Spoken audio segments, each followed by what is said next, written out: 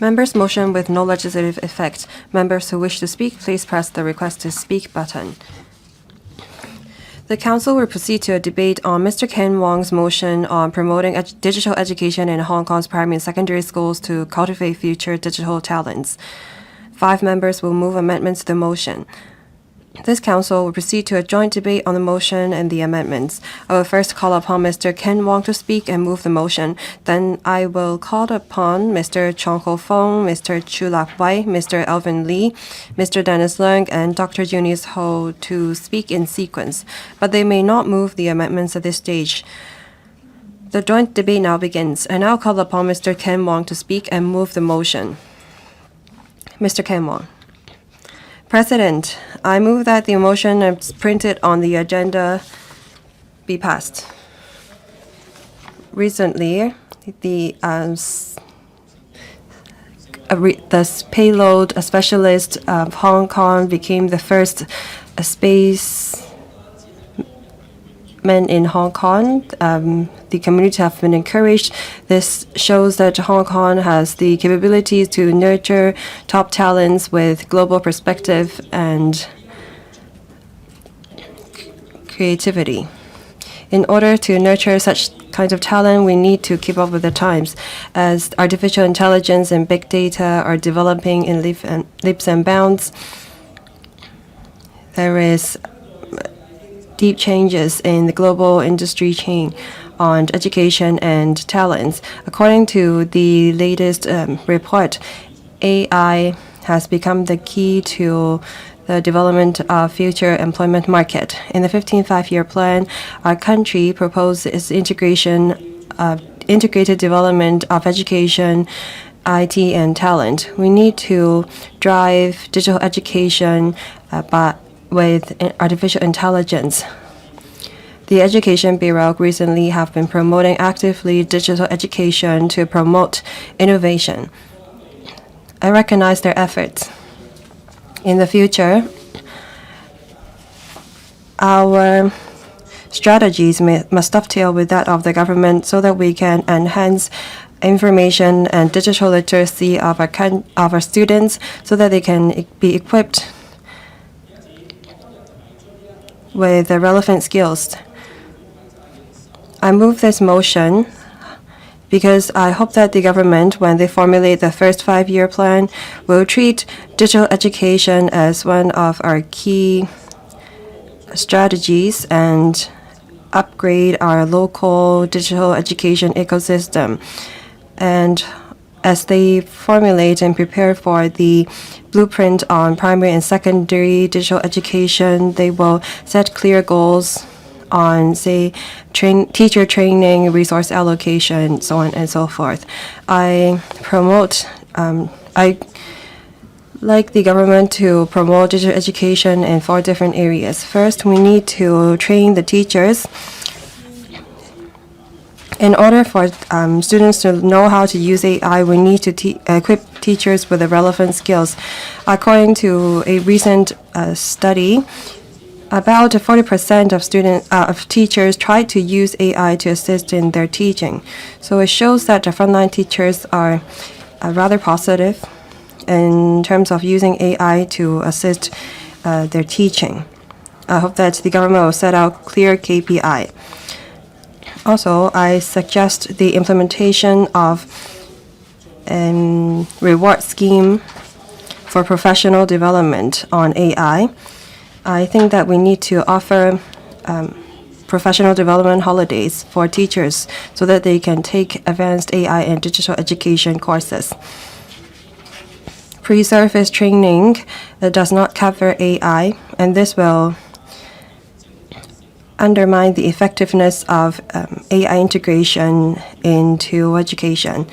I hope that a teacher university will work with the administration so that we include generative AI into mandatory courses, and we need to make sure that all pre-service teachers have the relevant skills to teach digital content to students. In order to expand the Digital Education Center for Excellence, we need to encourage more schools, successful schools, and teacher team to support other schools.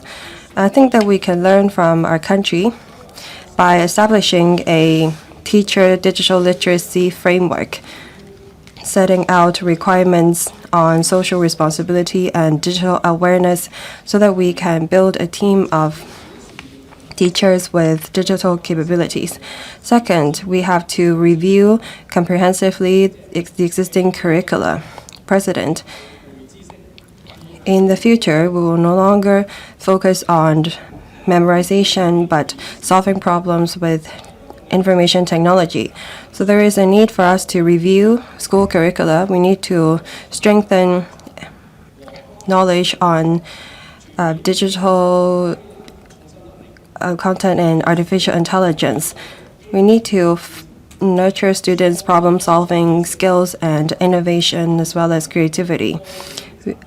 We can focus on, say, for example, programming and safety awareness, responsible use of IT in primary school. At secondary school level, we can teach, say, algorithm, research on data, so on and so forth. I hope that the government will focus also on digital literacy of students. When generative AI become more popular, how can we make sure that our students are able to differentiate between true and false information? These should be one of the focuses of digital education.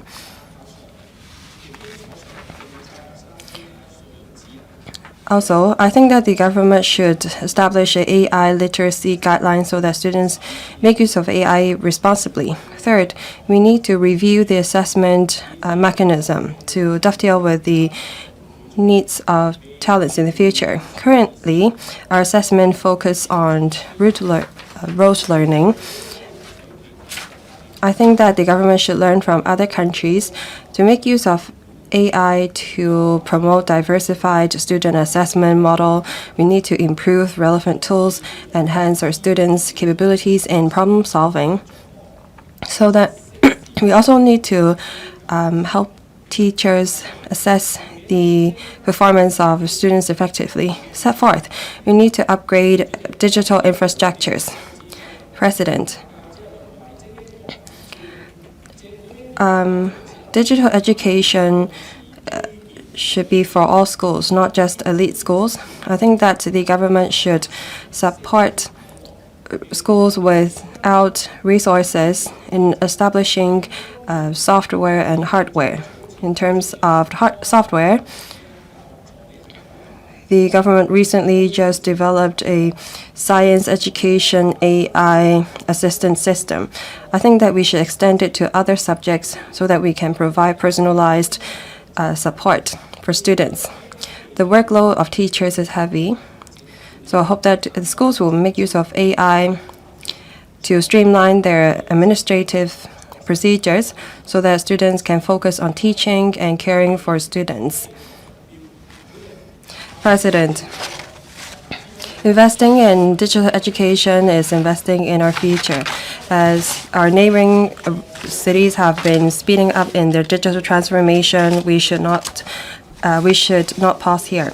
So I hope that the government will work with the Education Bureau to build a comprehensive digital education ecosystem. I hope that members will support my motion so that we can enhance our competitiveness. President, I so submit. I now propose the question to you that the motion moved by Mr. Ken Wong be passed. Mr. Mark Chong. President, I speak in support of Mr. Ken Wong's motion on promoting digital education in Hong Kong's primary and secondary schools to cultivate future digital talents, as well as the amendments raised by the other four members. Education is a cornerstone for nurturing future pillars of society. We're in an AI era as well as big data era, and these technologies have been changing the world rapidly. Digital education is no longer an option. Instead, it is a battlefield of core education reform. We should no longer make fragmented measures. Just by installing optic fiber network cannot solve the issue. We have to have a roadmap to speed up digital education in primary and secondary schools. There are two main points in my amendment. First, strengthening pre-service training for prospective teachers. Teachers are crucial. In order for students to perform well, we need to ensure that we have excellent teachers. Training is important, so we have to quicken our pace. Roundtable suggests that we should have AI everywhere. Therefore, we have to ensure that all curricula and subjects involve AI. That means each subject teacher has to learn how to use AI. Apart from teaching teachers how to use AI in education, they need demonstrations. That way, our teachers can adopt AI in their lessons. Some may say that some teachers are getting old and they may not be familiar with AI. I think the best solution is to have experts from local universities to have regular exchanges with school principals. Technology develops by leaps and bounds. 2 years later, the technology we have today may be outdated already. So one main point of my amendment is to set up a review mechanism. We need to regularly evaluate the effectiveness of integrating AI into primary and secondary education. We need to make a timely adjustment to make sure that students can benefit. We need to integrate AI into primary and secondary education. Parents may have their concerns. With AI, would students stop thinking on their own and rely on AI on their homework? We have to think about this carefully. As we promote digital education, we do not want to let students blindly rely on AI. If they rely on AI, they would not think on their own, and that would be a loss. Therefore, we have to, through comprehensive policy measures, train up teachers in a professional manner and guide students to use AI in a safe and effective manner so that AI can be a useful tool for students. The Roundtable believes that in future we can look for answers through AI, so we have to change the public examination model. In future, students will be allowed to bring instruments or tools into examination venues. We have to teach students how to screen information through AI. They can make use of DeepSeek, Gemini, or ChatGPT. Making use of different AI models, students may come up with different answers, and students will have to know how to interpret the answers from AI. For Chinese, English, and mathematics, we can also incorporate AI into the teaching of these subjects. At primary and secondary schools, we no longer should focus on how much money schools spend on procuring digital products. Instead, we should focus on whether students know how to use these products. Lastly, I'd like to talk about how we should guard against AI. AI brings about a lot of convenience, but it also gives rise to frauds, data leakage, and false information, like OpenCrawl and other AI model. They bring convenience to our daily lives. However, they are highly autonomous. If there are loopholes, personal data and information, dialogues, conversation, and passwords may be leaked. Recently, there are people who make use of AI to generate pornographic photos. So we have to address issues such as cybersecurity, AI ethics, as well as regulation, and how AI should be used in education. And the starting point should be our primary and secondary schools. Your time is up. Mr. CHU Lap-wai. Digital transformation is changing our society rapidly. Digital education is an important strategy for enhancing our competitiveness. Nurturing digital talents can help us boost our competitiveness. Therefore, I support the original motion, and I have raised an amendment. Hopefully, we can take forward the work together. First, I think digital education is a national strategy. According to the State Ministry of Education, it has promulgated the National Education Digitalization Strategy Action 2026. Education is a major point in the National 15th Five-Year Plan. We have to promote AI education and incorporate into education all the elements, processes, and scenarios. This is about upgrading our technologies as well as reforming our education. We have to promote high-quality development and modernization. Therefore, in my amendment, I suggest that we should draw reference from the AI plus Education Action Plan jointly issued by 5 departments, including the State Ministry of Education. We should come up with phased targets and visions. With clear directions and steps, we will be able to speed up the promotion of digital education at schools. We have advantages in IT infrastructure. However, there is room for improvement. In order to better dovetail with national strategies, I have the following 3 suggestions. 1, we have to study and explore making use of digital public service platform so that we can share teaching and education resources. The government has the AI Empowerment Learning and Teaching Funding Program, and therefore schools have subsidies to procure AI-assisted products.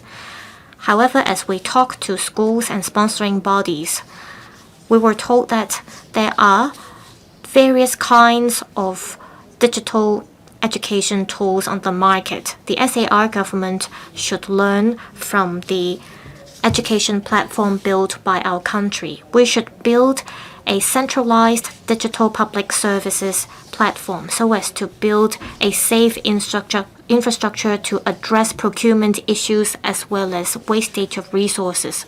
We should also make use of data to build large language models. Second, on the existing training basis, we should further expand training for teachers. For school management, including school principals and parents, they should be incorporated into the training system so as to build a network. Teachers are crucial. The DAB suggests that we learn from the standards adopted by our country so as to build a centralized teaching framework. School management are responsible for promoting digital education. Therefore, school management, including school principals and heads, should receive training. Also, families are key as well. We should provide training for parents, therefore, so as to build a closer network between schools and parents to guide students to use AI properly. Third, we should have assessment on students to reflect our needs for talent. Digital education is beyond traditional education. Therefore, our assessment standards should be adjusted. AI develops rapidly nowadays. Students may make use of AI to finish their homework, and this is inevitable. However, how should they use AI, what the boundary should be, and whether a homework that is finished through AI, how can it be assessed? These are issues that we need to address. Therefore, I hope the SAR government should take this seriously and study how we should renew our assessment framework to make sure that our assessment criteria can reflect our requirements for talent in the new digital era. Digital education is indispensable. It is only through digital education that we can promote high-quality development in Hong Kong so that we can build an international education center and contribute to our country. I so submit I support the original motion. I hope members will support my amendment. Thank you. Dr. Elvin Lee, I declare that I am in the publishing sector. I speak in support of Mr. Ken Wong's original motion and all the other amendments. Digital education is about making use of new technologies such as big data analytics, AI technologies. We have to nurture digital talent to contribute to the national strategy of invigorating the country through science and education. Talent is crucial, and therefore education is important.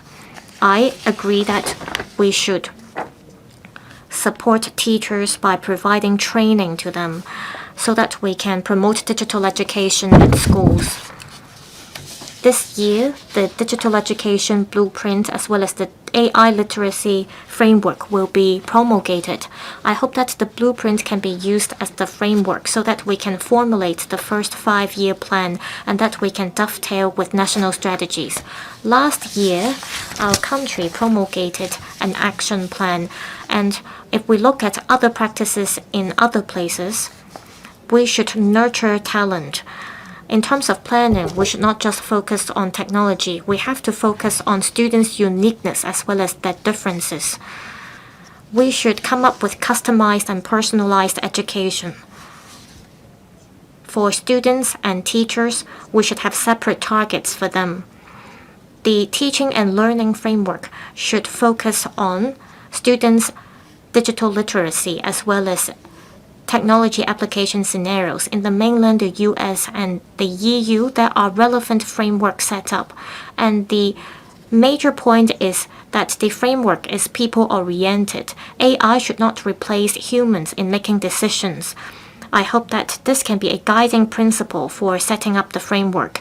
As we come up with the guiding principle, we should also review the curricula and incorporate digital education training as well as AI application scenarios into the curriculum framework.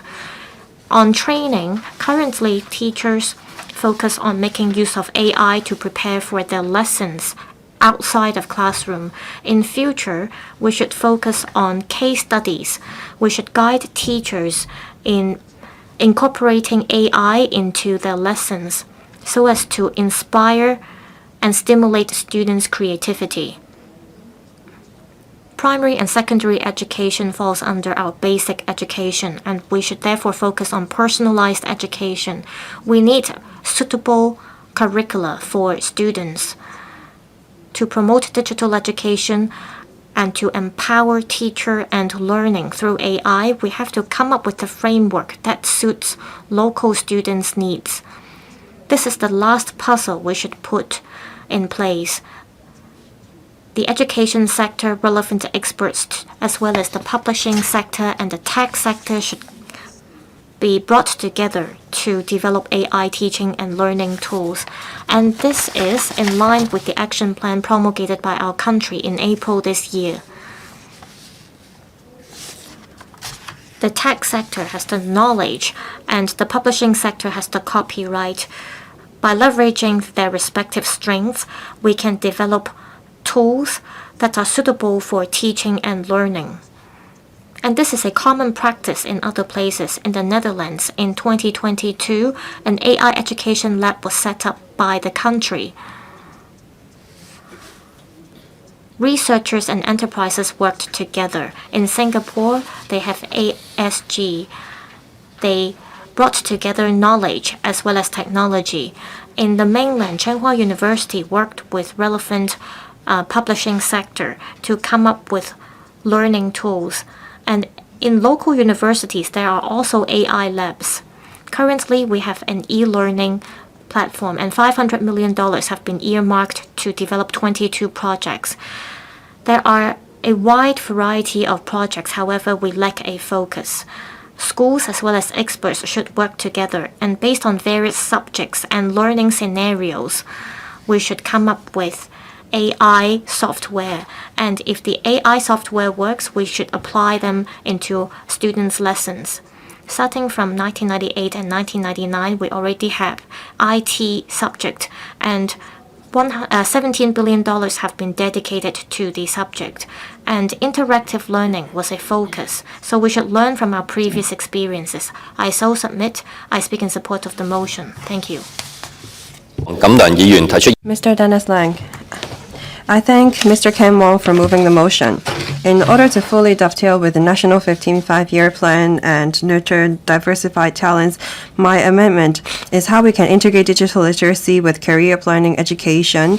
We need to provide in-service training for teachers and introduce digital skills-oriented vocational education modules. The goal of education should be to enable young people to give full play to their strengths.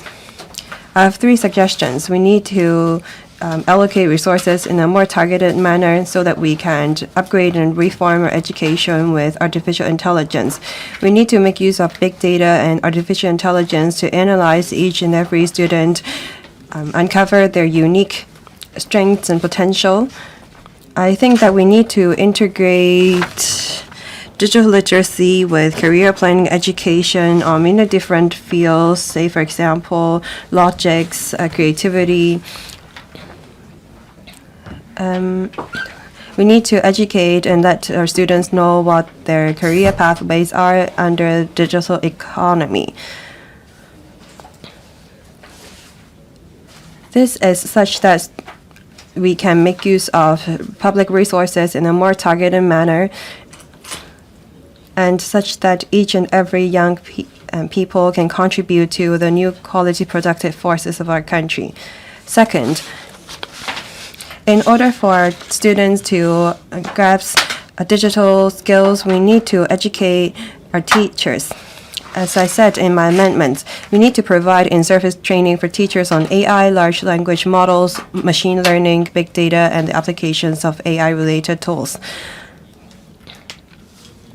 If teachers are well-versed in large language models and if they make use of machines to analyze the curricula, then they can lead students in understanding cloud computing and blockchain.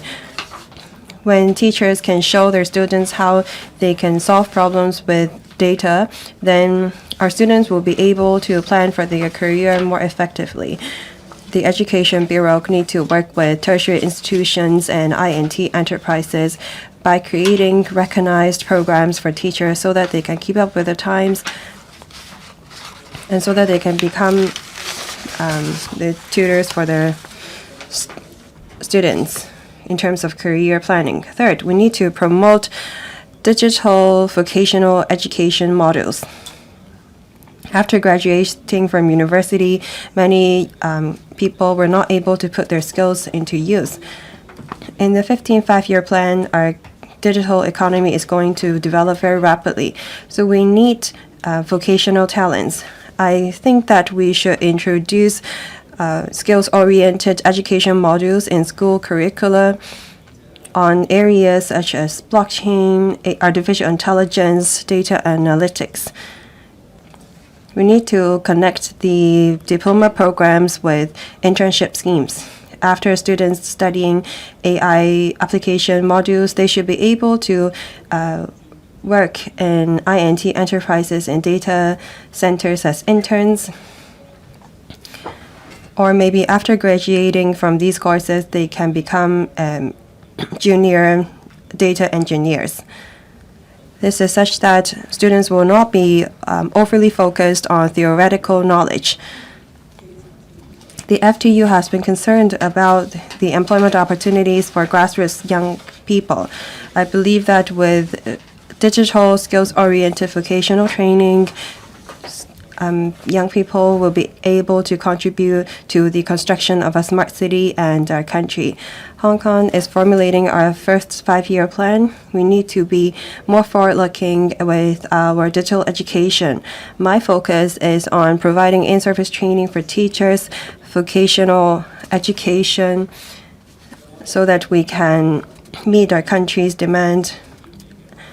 And this is such that we can cultivate students, digital talents equipped with both theoretical knowledge and practical capabilities. Deputy President, I so submit. Dr. Junius Ho. Thank you, President. I thank Mr. Wong's motion on promoting digital education in Hong Kong's primary and secondary schools to cultivate future digital talents and the other members' amendment. I support all of them. In 2014, our country sets out the elements to national security. One of them is the life of the people and political security, as well as economy safety, as military and IT security as a safeguard. In the 12 areas of security, cybersecurity is one of them. AI, artificial intelligence, big data application, and digital INT development and application are all indispensable for the development of our country. Today, we're going to talk about big data, cybersecurity, digital education. All these are interrelated. In the 2 sessions this year, we heard the Central People's Government's work report.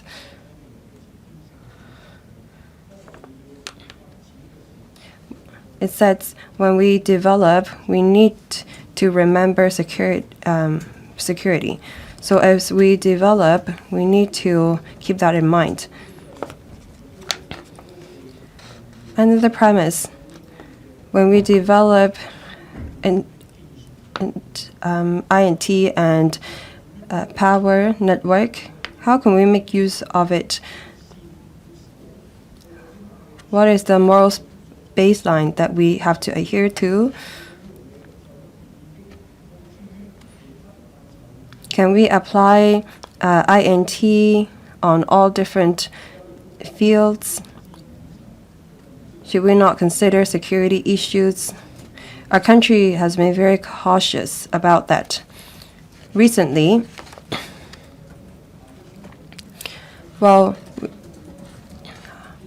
we should not allow people to just develop any AI software and sell them. Our country is of the view that we cannot just sell any artificial intelligence software that we develop to any country because they may pose threats to our security. So we should not just focus on the skills, but the mindset. Elon Musk said that we don't have to worry about artificial intelligence threatening humans. Rather, we need to be wary of people who are skilled in using artificial intelligence. So, in other words, we should not be worried about the knife, but the person using the knife. So, when we talk about education or teaching people about artificial intelligence, we need to be mindful of who we teach the skills to.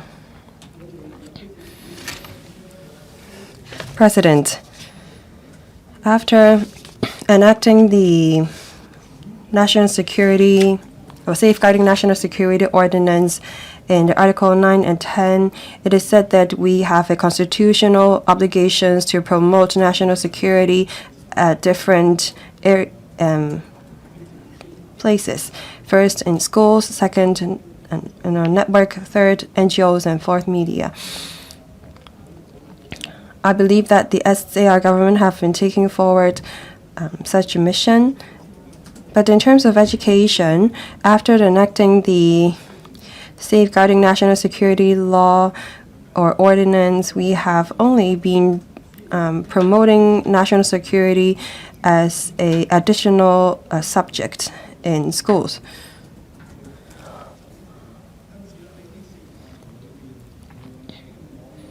So on these 4 different areas, on internet, on IT, we need to dedicate subjects for them. I hope that members will support my amendment as I submit. Secretary for Education. Deputy President, I would like to thank Mr. Ken Wong for proposing the motion, Mr. Chong Ho-fung, Mr. CHU Lap-wai, Dr. Elvin LEE, Mr. Dennis LEUNG, and Dr. Junius for proposing amendments offering valuable insights on promoting digital education in primary and secondary schools and nurturing future digital talent in Hong Kong. With the rapid development of technology, which has profoundly transformed learning, teaching, research, educational models, and governance, digital education has become key to enhancing competitiveness and nurturing talent in different parts of the world. The National 15th Five-Year Plan emphasizes the integrated development of education, technology, and talent, advocating for use of innovation and technology to lead the nation towards becoming a modernized powerhouse and to comprehensively advance the AI Plus initiative. To dovetail with the 15th Five-Year Plan, the government will launch its first five-year plan with a particular focus on digital transformation and nurturing future digital talent. The Education Bureau will actively align with relevant strategies to capitalize on the new advantages presented by the era of AI, establishing Hong Kong as a world-class hub for digital education.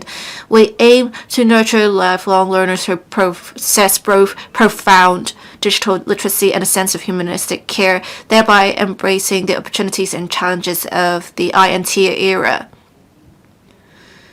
Members do have concerns about the overall planning of primary and secondary education.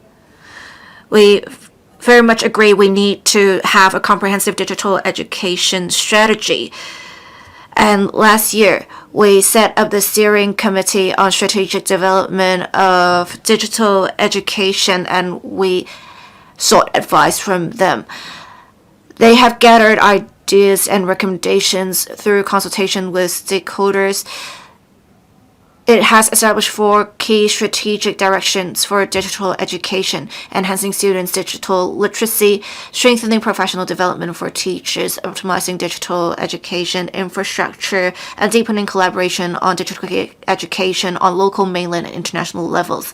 The policies are designed to integrate AI into different elements, processes, and scenarios of education.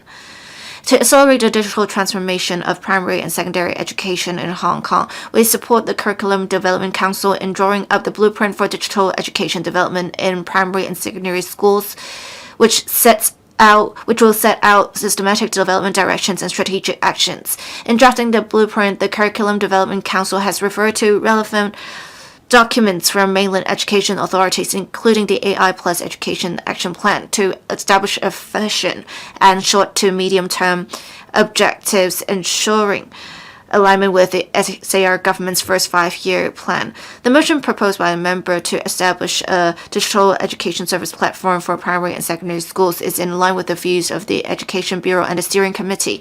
The Hong Kong Education City, under the Education Bureau, is ideally placed to act as a super shelf and a connector, providing high-quality digital education resources to primary and secondary schools. The Hong Kong SCT will enhance the application of AI in STAR, the Student Assessment Repository, and EMM, Educational and Multimedia, and launch and market the electronic education tool super shelf.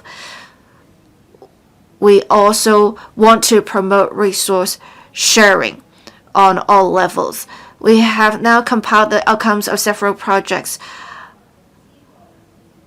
under e-learning ancillary facilities program to provide schools with a comprehensive digital education platform that promotes the sharing of high-quality resources and personalized learning. The scheme has funded a total of 22 projects, and the outcomes of the first 2 batches, comprising a total of 9 projects, have been released successively and are available for subscription by all primary and secondary schools as well as special schools. We aim to complete the release of all project outcomes within the 2026-27 academic year.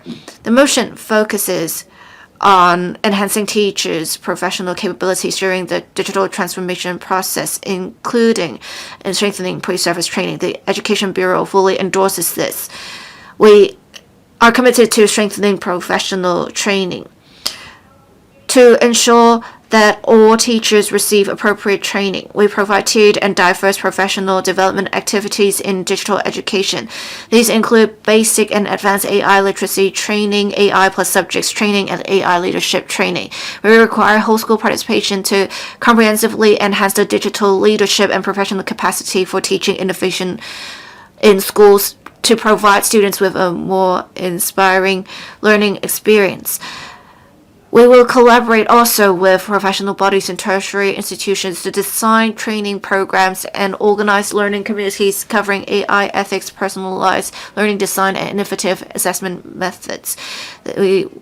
This will enable teachers to transition from being knowledge transmitters to learning facilitators and designers. As for trainee teachers, teacher training universities have already incorporated digital education into the compulsory curriculum for their Bachelor of Education and postgraduate diploma in education programs, ensuring that trainee teachers possess the necessary practical skills. We have employed a dual-track strategy of subject-led and cross-curricular integration to ensure comprehensive coverage. As for parent education, schools will provide relevant courses to foster homeschool collaboration and support students' development. Regarding the elements of national security education about which members raised concerns, we will issue clear guidance documents to encourage teachers to make appropriate use of AI in learning, teaching, and assessment, whilst preventing over-reliance and paying attention to matters such as cybersecurity, data security, and national security. We will also provide teaching case studies to ensure the quality and effectiveness of classroom teaching. The forthcoming AI literacy learning framework will cover everything from awareness to development of computational thinking and basic data literacy at primary school level, and in-depth AI application, cybersecurity, ethical issues, and interdisciplinary learning at secondary school level. It will set out learning objectives for different stages of education, following a spiral progression to help teachers comprehensively enhance students' AI literacy. In terms of curriculum design and assessment mechanisms, the Education Bureau will conduct a comprehensive review of the curricula and assessment mechanisms in primary and secondary schools, establish standards for students' digital literacy, regularly review the effectiveness of digital education, and promote the steady development of digital education. We are strengthening AI education in primary schools and enhancing the continuity of tech education across primary and secondary schools. We are reviewing the curriculum structure of mathematics and science subjects at senior secondary level to allow more students to take multiple science subjects and extended modules in mathematics simultaneously.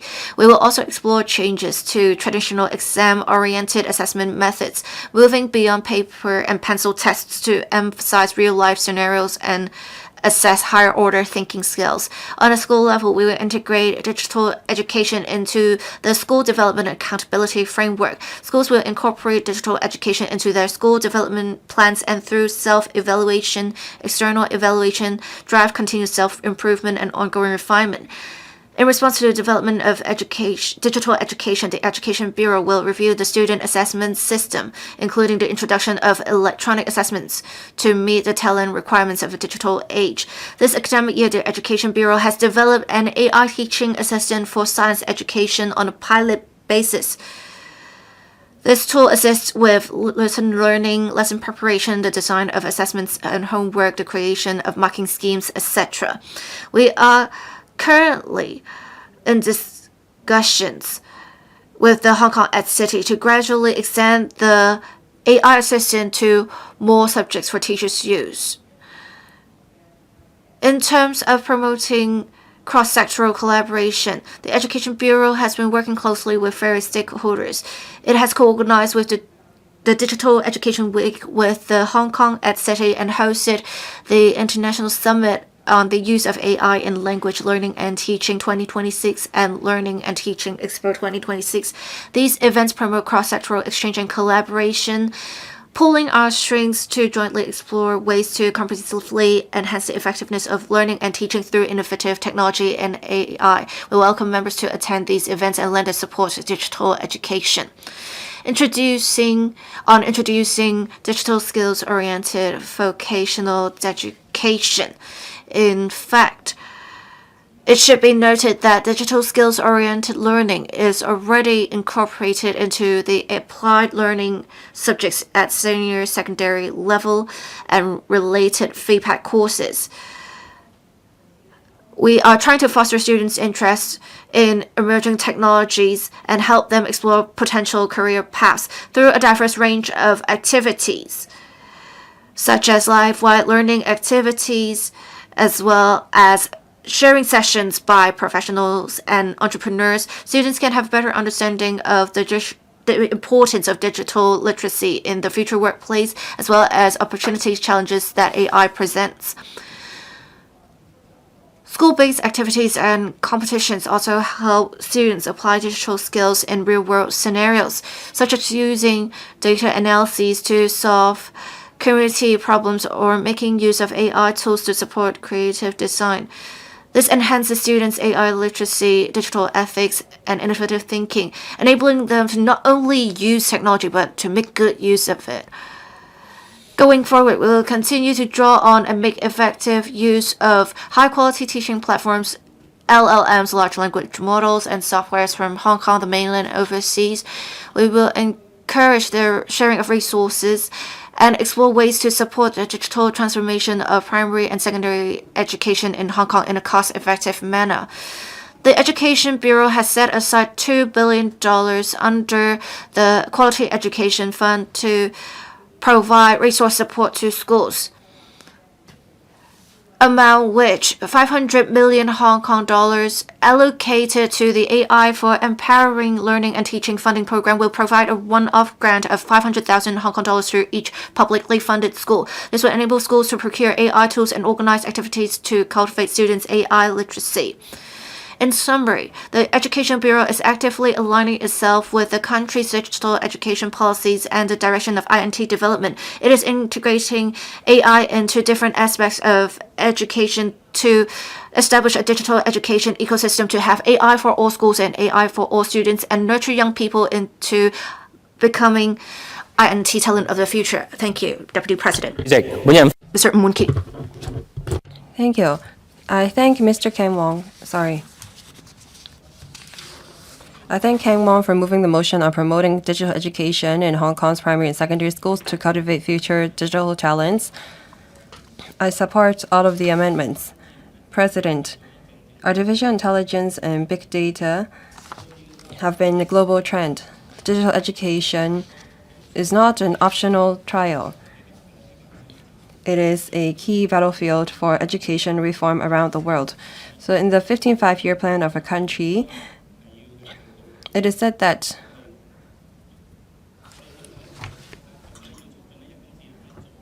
we should promote artificial intelligence-assisted education transformation. Our country's Ministry of Education also stressed that we need to make use of AI plus education. As a frontline educator, the school that I serve have been promoting digital education. They've been trying to integrate artificial intelligence into daily classes. I understand that digitalization will not only enlighten students' self-learning, but also cater to the individual needs of different students. As the government is formulating our Hong Kong's 5-year plan, I hope that they will take this opportunity to formulate a comprehensive digital education policy. I have a few suggestions for the SAR government. First, we need to leverage on the wisdoms of our country to upgrade our Hong Kong education city into an Hong Kong AI large model. Hong Kong has a unique advantage. We have a education platform of scale that is our Hong Kong education city. So I think that the government should allocate resources to integrate large language model into, as well as machine learning into Hong Kong as city so that it can become a key model and such that we can make use of this platform to promote quality digital education. This is how we can empower each and every teachers and students so that they develop skills in lifelong learning. Also, we need to promote AI literacy, digital literacy among teachers, school principals, and parents. We need to step up in service teacher training, pre-service teacher training on AI and skills and application. Hopefully, by establishing a cross-disciplinary collaboration, we can create a powerful support network for schools, families, and trade Third, we need to integrate vocational education and artificial intelligence. We need to include this element of digital education into senior secondary curriculum. And hopefully the government at the junior secondary school level will introduce modules on AI application and big data analytics, blockchain, so on and so forth. So this is how we can dovetail with the development of digital economy in the set out in the 15th five-year plan. Fourth, as we go for innovation technology, we have to adhere to a baseline mindset. As we promote digital education in primary and secondary schools, I think that we should have a professional teacher teaching artificial intelligence and AI literacy. At the same time, we should step up education on AI ethics, cybersecurity. This is how we can make sure that students will use AI safely, and this is how we can protect the healthy development of our city. In order for us to strengthen our competitiveness, in order to become an international INT center, we need to set out a clear vision and roadmap under the 5-year plan for digital education. I believe that with a strong AI platform support, I believe that our digital education in primary and secondary school can be developed. Thank you. Mr. Stanley Deputy President, on behalf of the FTU, I would like to express my support for the motion and the amendments. AI and big data have seen rapid developments. Digital education has become the core in educational reforms in different parts of the world. The National 15th Five-Year Plan explicitly stipulates that there should be AI-empowered educational reforms, and the city is currently preparing its first 5-year plan. We need to nurture digital talents to align with the country's strategy. It is how we can enhance our competitiveness. Right now, we have seen digital transformation acceleration. Youngsters need to equip themselves with capabilities in computational thinking and innovation. To promote digital education, not only does it align with the country's strategy, it is important in facilitating transformation. The FTU thinks that digital education should be pragmatic, flexible, forward-looking, inclusive, and be updated. We shouldn't differentiate students because of their backgrounds. We need to provide fair treatment to all. In response to the motion amendments, we have a few suggestions. One, we should include digital education in the city's 5-year plan and set up the strategy and milestones. We should look at the country's plan for AI education.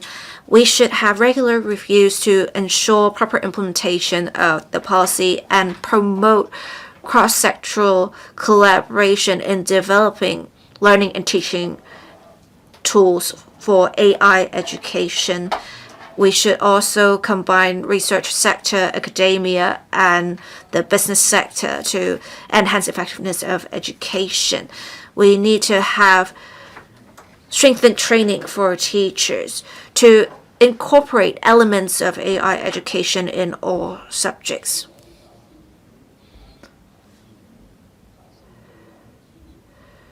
Provide AI, large language model, big data, and other related training to in-service teachers so that teachers can make good use of technology to enhance their teaching capabilities. We should also have different curricula for different subjects and make sure there is in-depth integration of data security and national security education.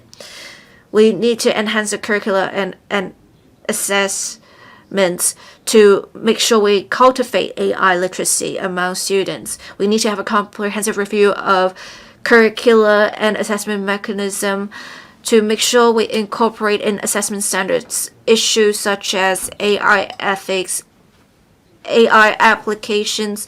We should also have for applied learning subjects as well as diploma of vocational education modules to make sure we incorporate career planning so that there are career pathways for students.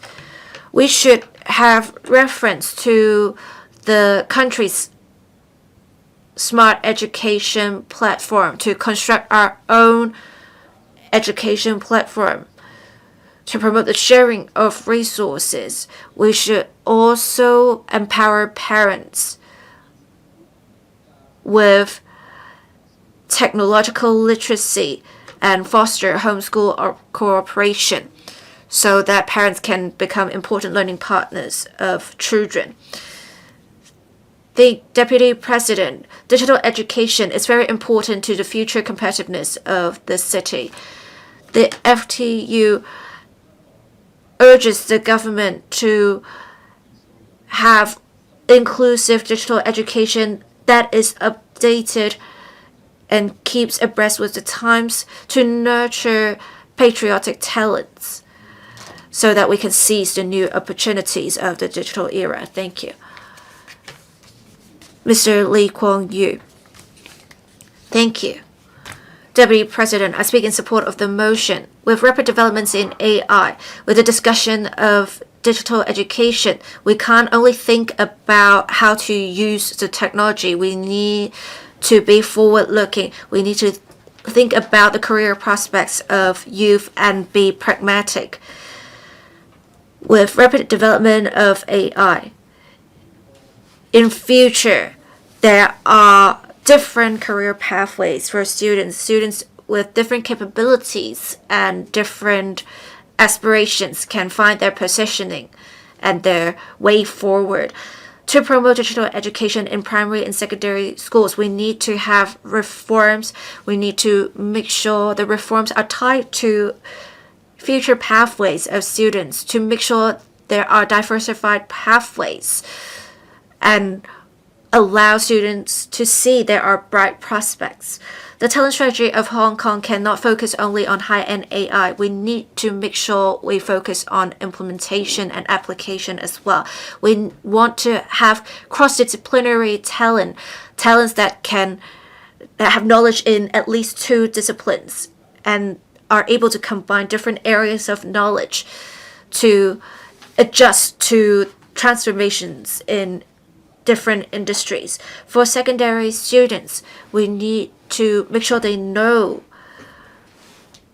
what development directions there are so that students know what the market needs in future and plan their careers accordingly to avoid mismatch and to reduce youth unemployment rate and help them lay solid foundations for future employment.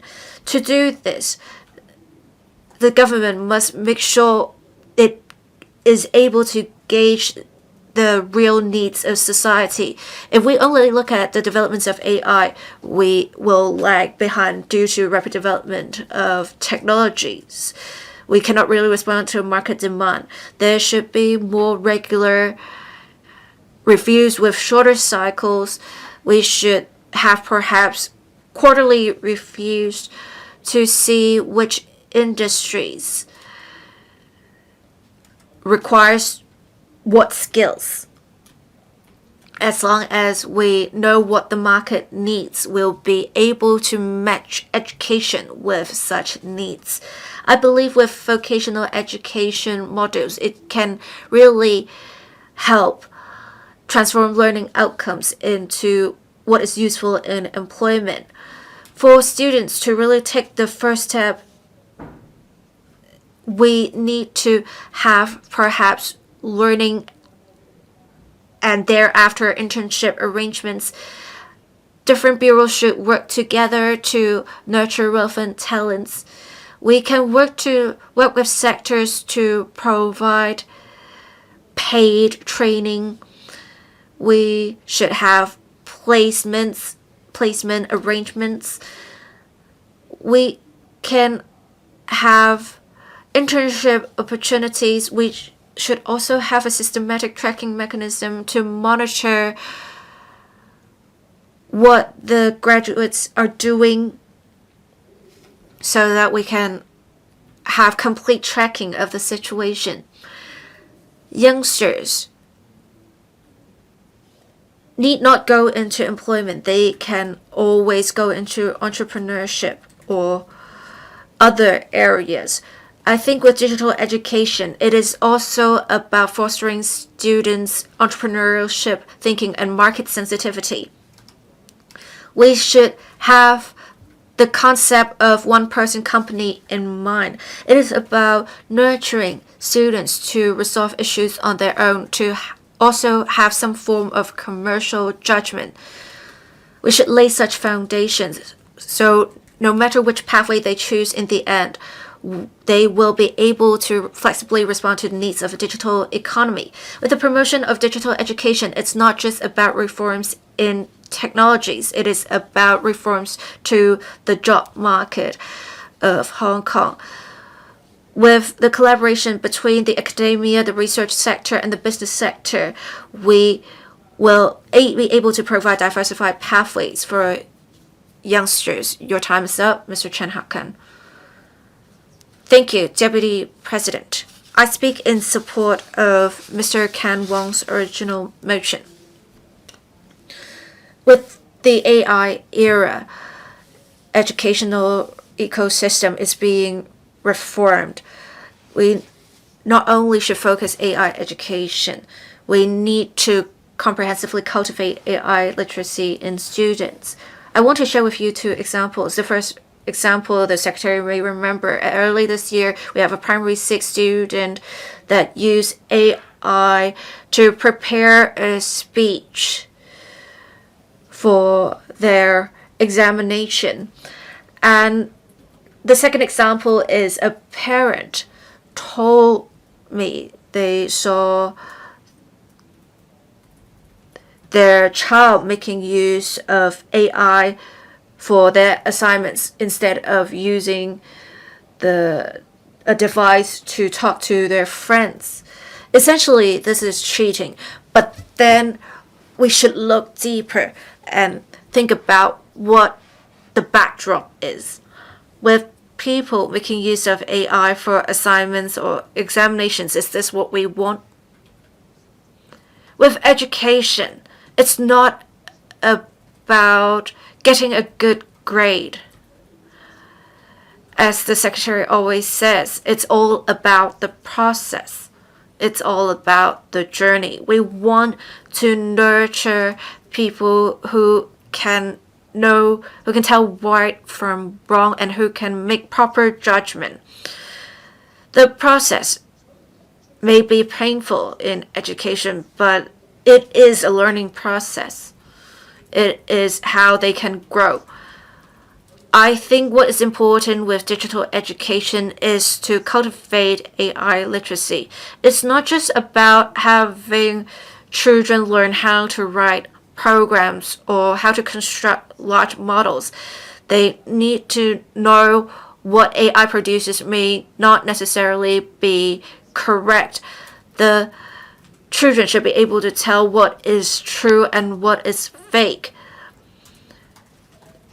It's not that we need to ban AI from being used for assignments at all, but it shouldn't be used for cheating.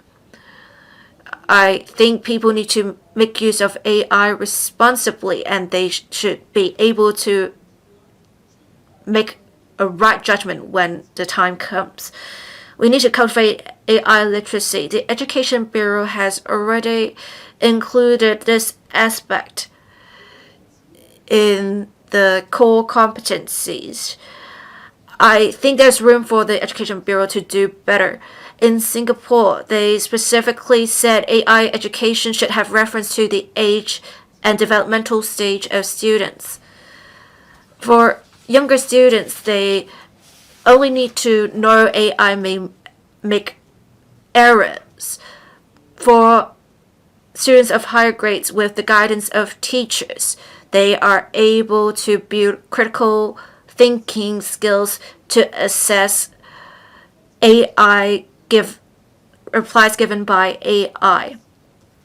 Essentially, they can build independent thinking skills.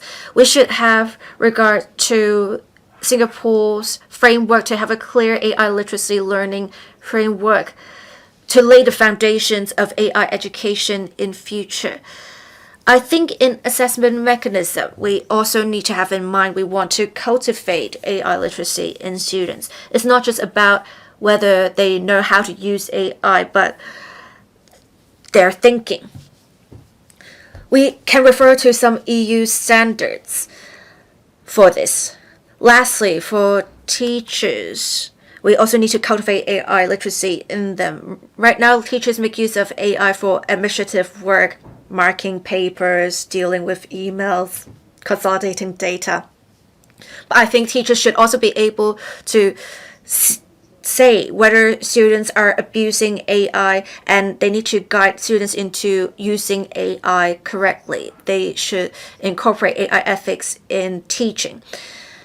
In the AI era, we want to nurture students into someone who can make judgments and responsible. We should have thorough discussions on this, and we should provide guidance to students. Mr. Thomas So, thank you, Deputy President. I speak in support of Mr. Ken Wong's motion. Let me provide an example of how we should move with the times. In the last century, if students fail to learn English, they wouldn't be able to move upwards. After 1997, if we are not biliterate and trilingual, we cannot integrate into the national development. In today's era, if students fail to grasp how to use AI, they will be eliminated. With technological development, we need to move with the times. Recently, there are news reports saying that local universities face grave challenges. In the first 4 quarters of last year, the unemployment rate of those aged between 20 and 24 reached 12.3%. One of the reasons is that AI has become very common and junior posts have been phased out. And the jobs needed do not align with what graduates have learned. We need to incorporate AI into our work to boost efficiency. The relevant news reports stated that to cultivate talent, we have to know what the market needs.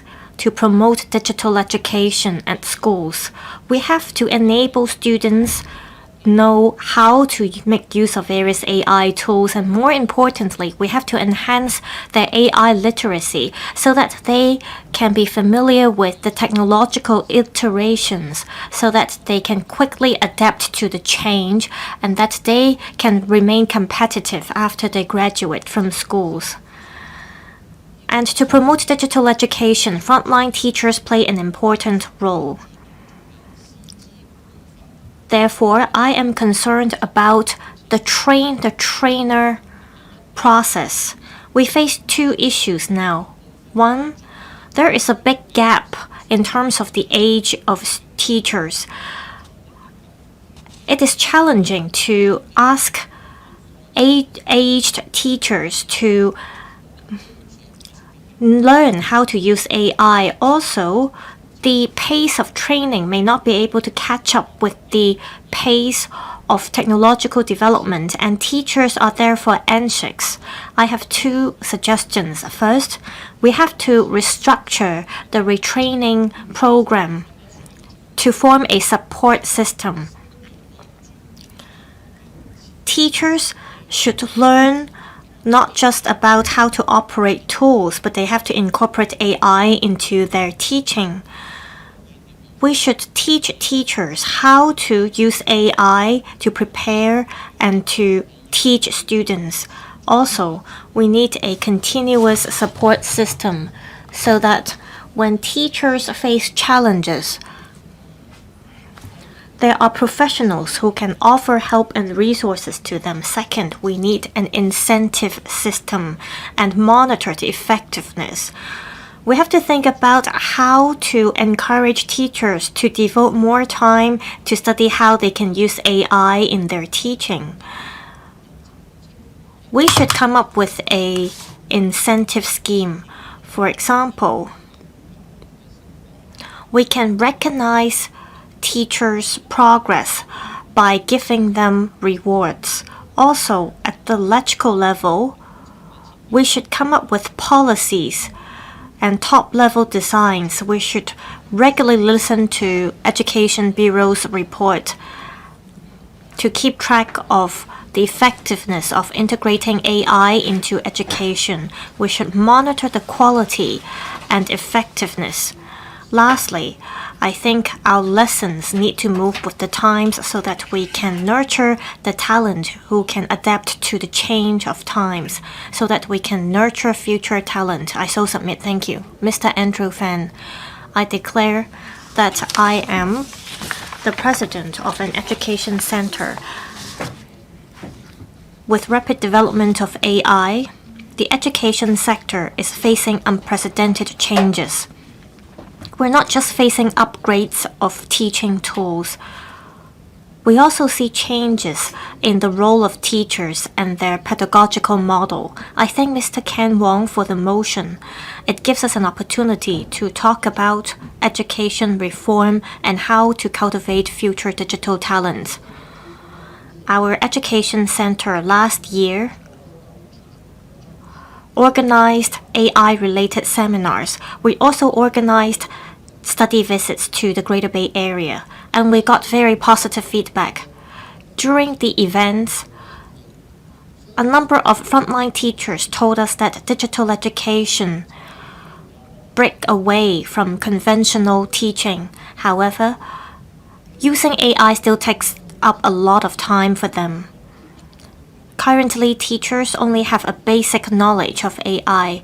They lack relevant experience in using AI in teaching.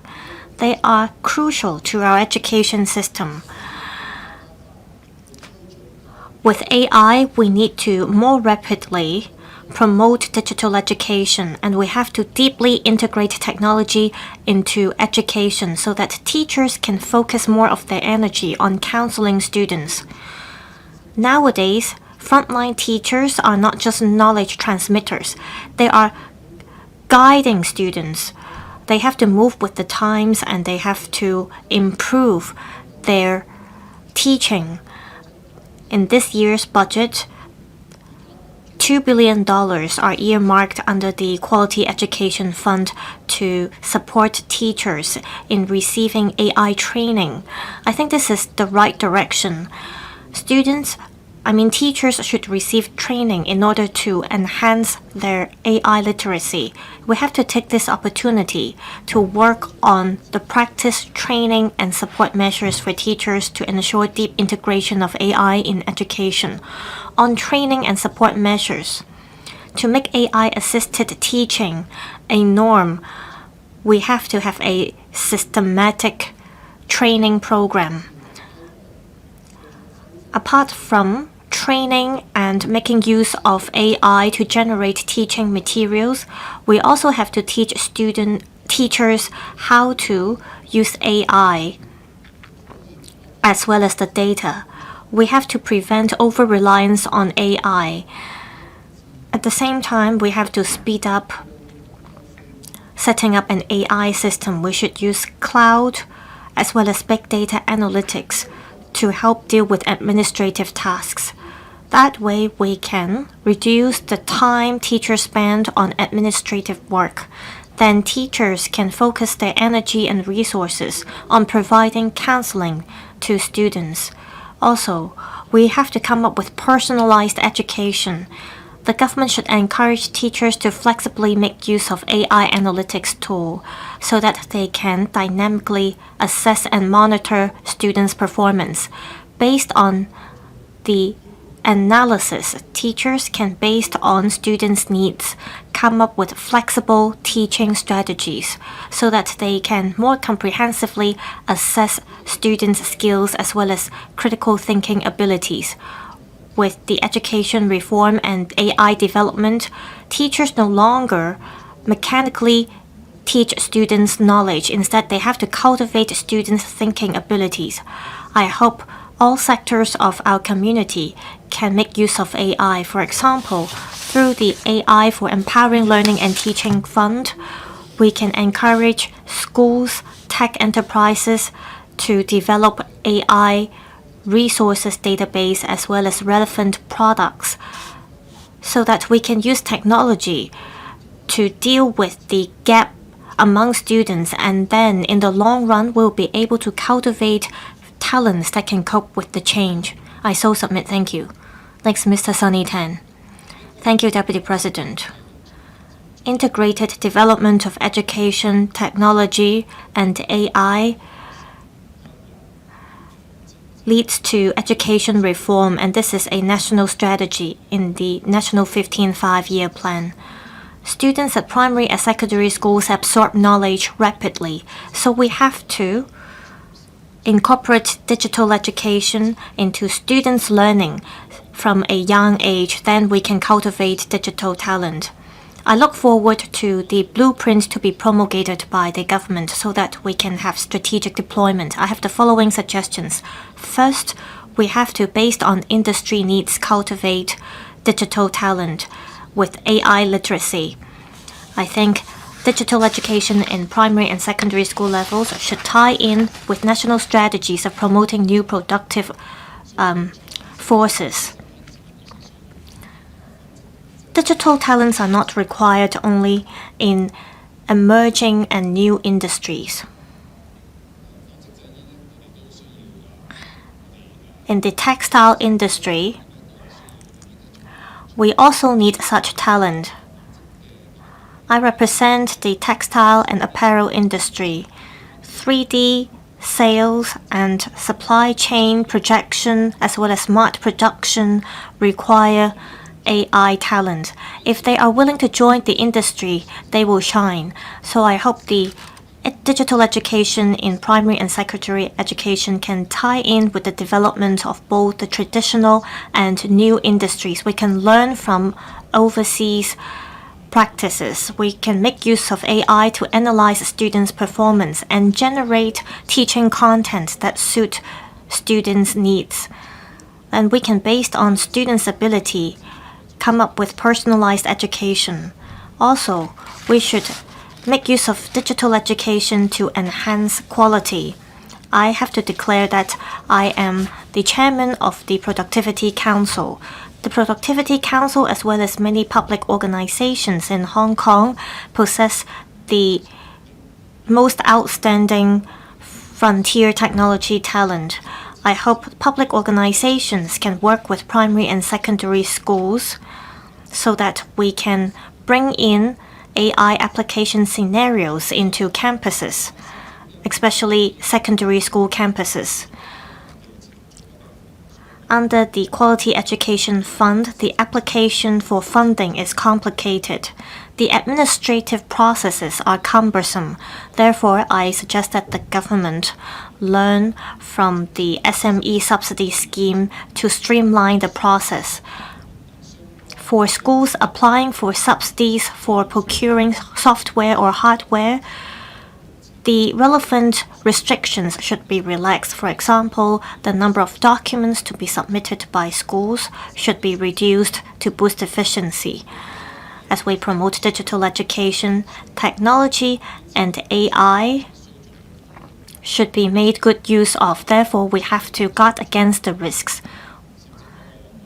We should make use of AI to reduce false information. Some chatbots overseas produced false information and led to negative results. We should come up with AI literacy curricula based on different ages and abilities of students. We should teach students how to protect personal data as well as use AI responsibly. We should incorporate these into lessons so that students can learn from a young age about critical thinking and that they know how to use technology in a responsible manner. This motion debate has to do with the industries of Hong Kong 5 or 10 years later. We have to enhance our competitiveness. We have to cultivate talent who are far-sighted and who are capable. Thank you. Ms. Chen Hao-yan, thank you, President. In the 15th Five-Year Plan, it is said that we should promote transformation of education models through AI. Education is key as we are undergoing global transformation. We need to popularize AI and digital education in Hong Kong. This is not an option, but a must. We should reform our education system. We've been talking about recently Dr. Lai Ka-ying being a payload specialist of our country. She was stationed in the space station of our country. Dr. Lai has the background in information technology as well as computer. Her spatial research mission focuses on digital information aerospace technology as well as cross-disciplinary research and development. This is especially encouraging for Hong Kong in promoting digital education. Her experience tells all young people in Hong Kong that skills on digital literacy, computing, mindset, and information application are not just about theoretical knowledge, but applicable. She has become a role model for primary and secondary school students in Hong Kong. The success story of Dr. Lai Ka-ying shows that local education can nurture top-notch science talent. This has injected strong confidence in the promotion of primary and secondary digital education in Hong Kong. We should transform the passion for natural light into actual policies. In order for us to promote and implement digital education, we need to review our curricula. I said multiple times that our mainstream education mechanism focus on examination, testing, marks. We have nurtured quite a number of talents, but in face of AI and digital new era, we should not assess students just based on examination results. By testing them with standard framework, we will not be able to nurture talents with key core competitiveness needed in the AI era. We should no longer focus on rote learning, but cultivating students' skills in logical thinking, critical thinking, problem-solving skills, so on and so forth. The real digital education is to break down barriers. We need to integrate fully AI and digital mindset into subjects such as language, mathematics, science, and thematic research. For students, but for teachers, we need to change their teaching mode. We need to make use of AI to tailor to the needs of different students. We have to encourage students to go beyond textbook. They should make use of AI tools to learn on their own. They can make use of AI to develop simple software. This is how students can understand the logics behind digital technology so that they can work with AI verify the AI information so that they can equipped with digital capabilities that would benefit from them for lives. The key lies with teacher training and education. They should have AI knowledge. They need to turn what they learned into teaching materials. We have to provide systematic AI teaching programs and resources as well as tools so that teachers can teach their students about digital technology. At the same time, we should encourage primary and secondary schools to make use of thematic education to inspire students' motivation on AI learning. There is a primary school in Shamshui-po that have been promoting the integration of aerospace technology and STEAM education. We need to nurture a new generation of AI. We have to nurture digital talents to support our long-term competitiveness. Thank you. Mr. Hong Kam-in. President, I support Mr. Ken Wong's motion on promoting digital education in Hong Kong's primary and secondary schools to cultivate future digital talents. Artificial intelligence and big data big data have been trending over the world. Digital education has been clearly set out as a goal in the 15th Five-Year Plan. It is also stipulated that we should promote the transformation of education models through artificial intelligence. Hong Kong needs to speed up the education of digital education in primary and secondary schools. We need to nurture a new generation equipped with digital capabilities. The SAR government have earmarked $2 billion to promote AI for empowering learning and teaching funding program. Schools are subsidized in procuring AI teaching tools and smart facilities. However, there are still weaknesses in our infrastructures. There is uneven distribution of resources, infrastructures in schools varies. Students were not able to enjoy quality education resources in a very fair manner. We don't have enough support for our teachers. At the same time, I'm worried that there is over-reliance on digital technology. And as a result, we may be ignoring the subjects on humanities, mathematics, and logics. I have 3 suggestions. First, we need to reform our teaching and learning model. We should focus on not just nurturing the skills. We should make sure that our students become the owner of teacher, but not a subsidiary tool to technology. In the future, we need talents with ethics and skills in humanities and arts. I hope that as the government promotes digital education, we'll also establish a learning platform on automatic assessment.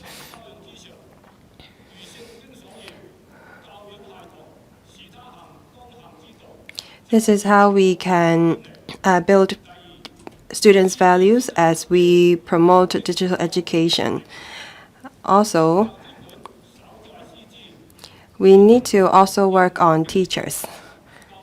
The SAR government have been expanding the scope of subsidy. They have rolled out dedicated training courses for teachers. There are micro certificates for them so that they can continue to develop professionally. They have been systematically upgrading teachers' digital capabilities. This is how teachers can become the backbone for digital education transformation. Third, we need to improve school curriculum to nurture our future talents. The government should review holistically the school curricula in primary and secondary schools. We need to include the programming, coding, ethics into core curriculum. We need to build a digital education ecosystem. Through cross-disciplinary projects, students should be taught how to make use of AI so that they can get a job in the future. President, education and talents is crucial to our development. Digital education is how we can dovetail with national development. I hope that the government will refer to my suggestions by improving our policies, in enhancing our systems to nurture more top talents. I so submit. Ms. Jeannie Mang. Thank you, President. I support Mr. Ken Wong's motion and all the amendments. The popularization of AI have caused an impact on the labor market. The full-time job opportunities for graduates have dropped from 80,000 in 2022 to 31,000 in 2025. Harvard University published a thesis analyzing data over the past 10 years in the U.S. It is found that there is a drop of 10% in job opportunities on AI among startups. President, the next generation need to know how to make use of AI flexibly in order for them to secure a job when they graduate. AI is developing too fast. What we can do is that we need to prepare our students so that they know how to make use of AI and so that they can differentiate between true and false knowledge generated by AI. Before that, we need to enhance the AI literacy among teachers. We need to offer them professional support. I put a question to the Education Bureau earlier this year on how we can enhance AI in primary and secondary schools. Many school principals told me that there are too many schemes and programs offered by the Education Bureau. Teachers spend much time and efforts in just filling out all the application forms for the schemes and programs. I hope that the Education Bureau will consolidate all these programs and schemes they have. This will save time and manpower as well as resources. This is beneficial to the government and the teachers.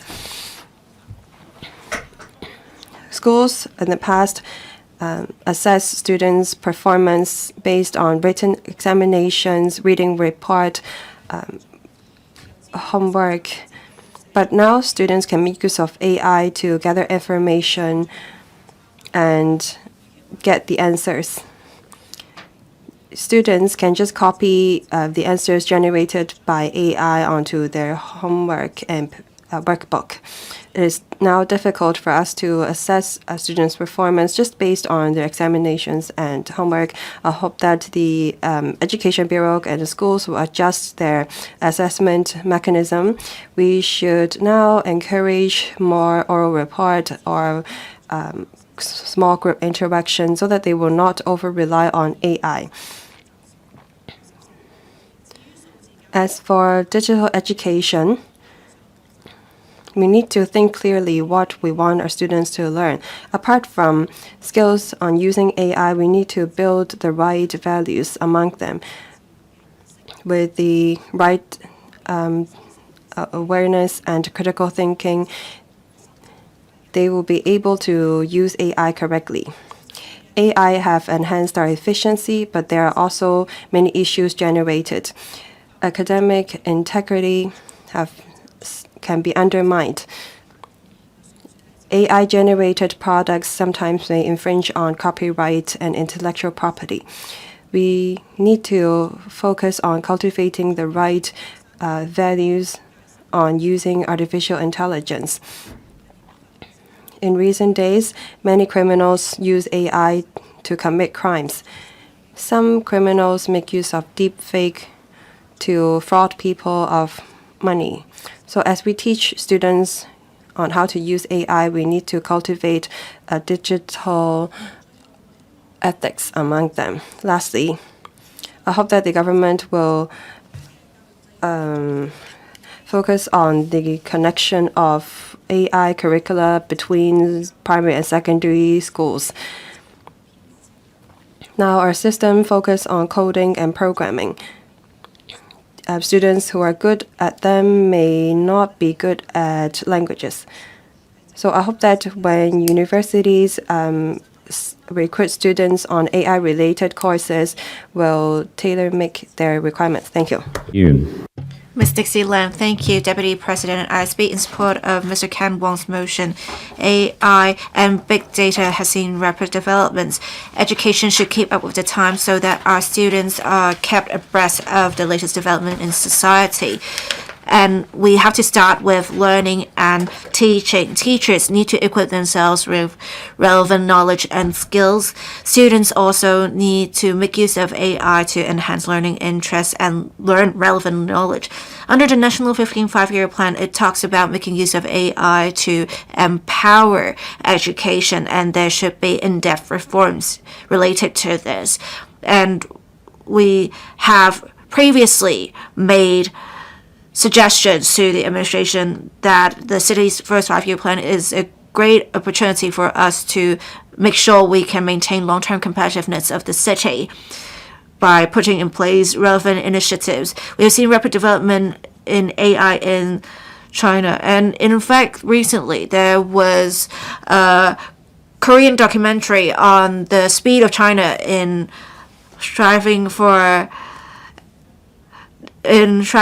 talents. They have talked about how in Hangzhou, a public primary school has incorporated AI education. This has really caused a great reaction in different parts of the world. It shows that we have a good example of basic digital education.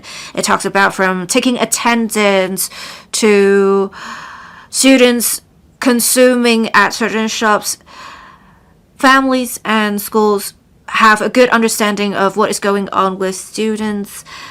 We have smart tables and chairs. Students don't have to carry heavy school bags or books to schools. To nurture students' interests, we have robots helping with teaching, and AI is used for writing assignments or tests, as well as marking of AI that has facilitated teachers to provide targeted teaching for each student so that we can truly have personalized teaching.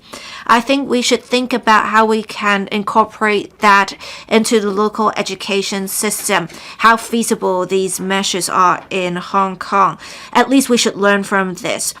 We have good hardware. We've recently started electronic teaching, but we only stayed at the preliminary stage of digitalizing learning materials. I think there is great room to digitalize learning models, curriculum design, and assessment mechanism. We have fragmented training for teachers, and there is no continuous support in AI teaching. We don't equip students with adequate knowledge in digital ethics either. Even though students can reach tech products every day, they may not have adequate digital literacy. As the mother of a 3-year-old, I often am worried whether the education in Hong Kong can equip the next generation of the city so that they can solve problems and have innovative thinking. I recently talked to another NPC, a relevant professional. We talked about how learning curves should be used in future for management. And the individual told me we need to understand that we will have different learning curves in different generations. It's all about how to teach them how to reasonably use AI. Often there are stereotypes in society where graduates should go into finance or healthcare. But I think students should at least be aware of the opportunities brought about by AI. And we're able to have the first astronaut of Hong Kong. I think there's great potential for the next generation.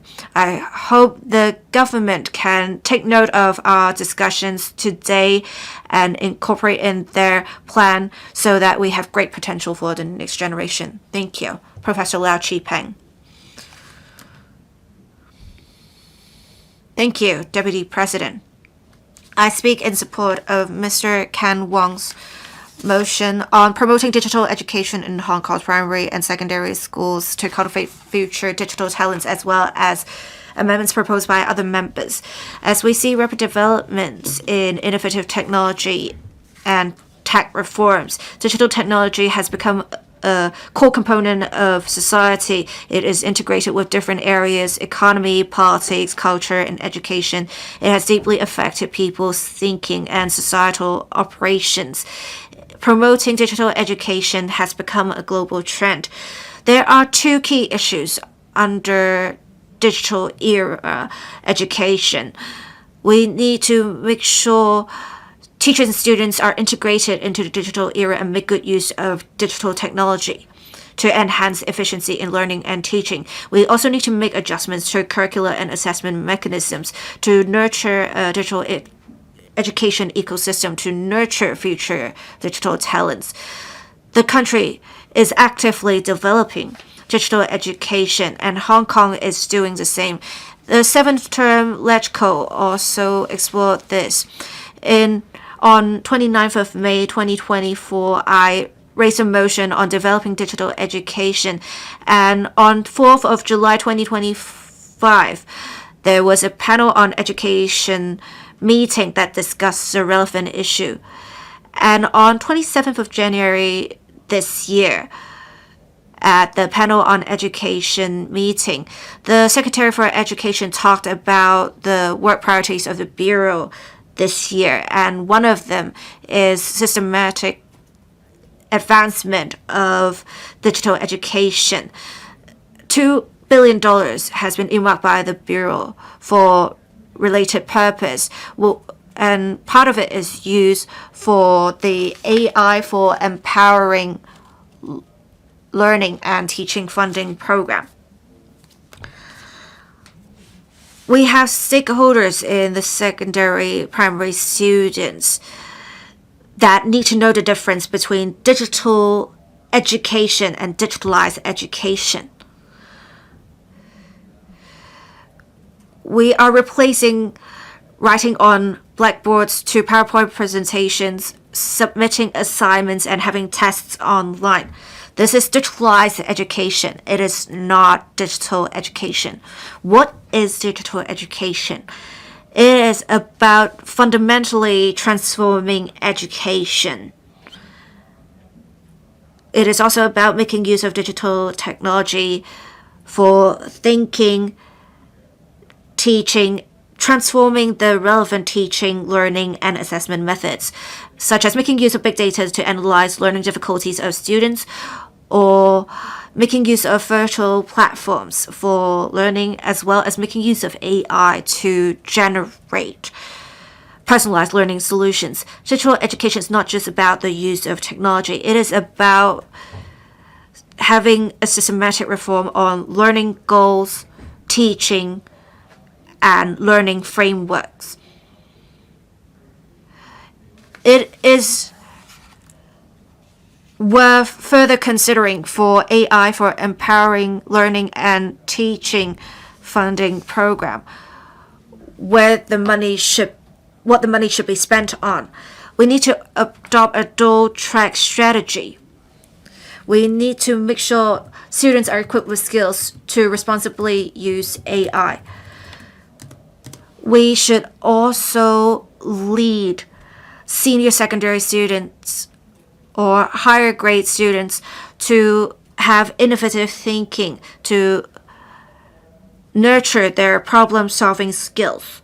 We should make sure humanities subject will be the ethical baseline for tech learning, so that our future talents not only are equipped in tech skills but also have a sense of humanistic care.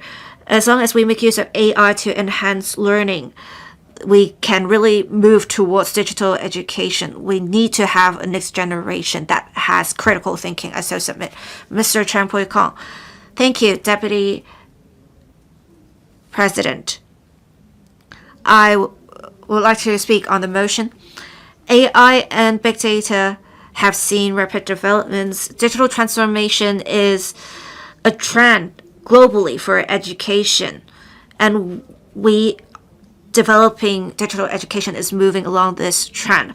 The National 15th Five-Year Plan supports Hong Kong in consolidating its position as an international hub for high-caliber talents and an international INT hub. We need to comprehensively improve our system in attracting and retaining talents and serving the country in its development. The SAR government is preparing Hong Kong's first 5-year plan. Against this backdrop, it is important to have integrated development of education, technology, and talents. And we should start with primary and secondary education, because they are the future pillars of digital economy and our construction of the international INT hub. We have the IT education strategy promulgated in 2023. We also have the steering committee on strategic development on digital education established in 2025, as well as $2 billion for related initiatives that have laid solid foundations for digital education. But there's still room for improvement. We don't want to impede our pace of developing digital education. In this regard, I have some suggestions. The Education Bureau can have ancillary facilities to encourage teachers to flexibly make use of platforms. We should enhance the usage rate of AI in teaching. We should also enhance AI teaching training system to have tiered application training for teachers. We should have a training certification mechanism and organize learning communities amongst teachers to bring about exchanges, to nurture teachers' interest in learning AI. We should have digital education regulatory mechanism as well. The Education Bureau should have a unified digital learning platform and have relevant guidelines and assessment mechanism to make sure we can truly implement the relevant initiatives and make good use of the $2 billion dedicated funding for digital education. With a subject-led approach in developing digital education, I think this approach is forward-looking and I appreciate it. But I think beforehand there should be more discussions in society, because the relevant development directions would involve training teachers in those areas as well as redeploying manpower. I myself am on the council of a school. Teachers have a heavy workload at the moment. Someone teaching Chinese would also have to teach religious studies. Someone teaching mathematics also have to teach physical education. There are different administrative tasks to undertake. If we go full steam ahead with dedicated teaching, it will exert pressure on schools. So I suggest the SAR government work with different sectors, especially the education sector, to explore the feasibility of relevant arrangements in developing digital education. For the high-quality development of digital education, it's not about making use of the latest technology. It is about nurturing the next generation who can learn on their own. With the promulgation of the city's first 5-year plan, the government should incorporate feedback from different sectors to have a comprehensive digital education strategy to nurture future digital talents for Hong Kong and the country. We should start here. Thank you. Mr. Lam Chun-sing. Thank you, Deputy President. AI brings about unprecedented changes. According to 2024-25 survey conducted by the Education Bureau, over 95% of the respondents said they are confident in using digital tools to enhance teaching quality. The government should consider setting up a framework and the relevant standards. There should be tiered training programs for teachers. And the framework should be incorporated into the pre-service training for prospective teachers. Teachers in future have to get the relevant certificates before they become an official teacher, and that continuous learning should cover AI training, and there should be a set number of hours of training that teachers need to attend. Also, we have to continue to dedicate resources to enhance teachers' AI literacy. We need the relevant professional training for them. Under the Quality Education Fund, there is a funding scheme that provides a one-off grant of $100,000 for each school so that teachers can sign up for post-secondary institutions' AI learning courses. Such subsidy scheme should be rolled out again so that teachers of all subjects can be covered and that all primary and secondary schools can achieve the AI plus target. Also, the Excellence Education Center provided 140 times of support services, which are school-based support. I think this should be extended.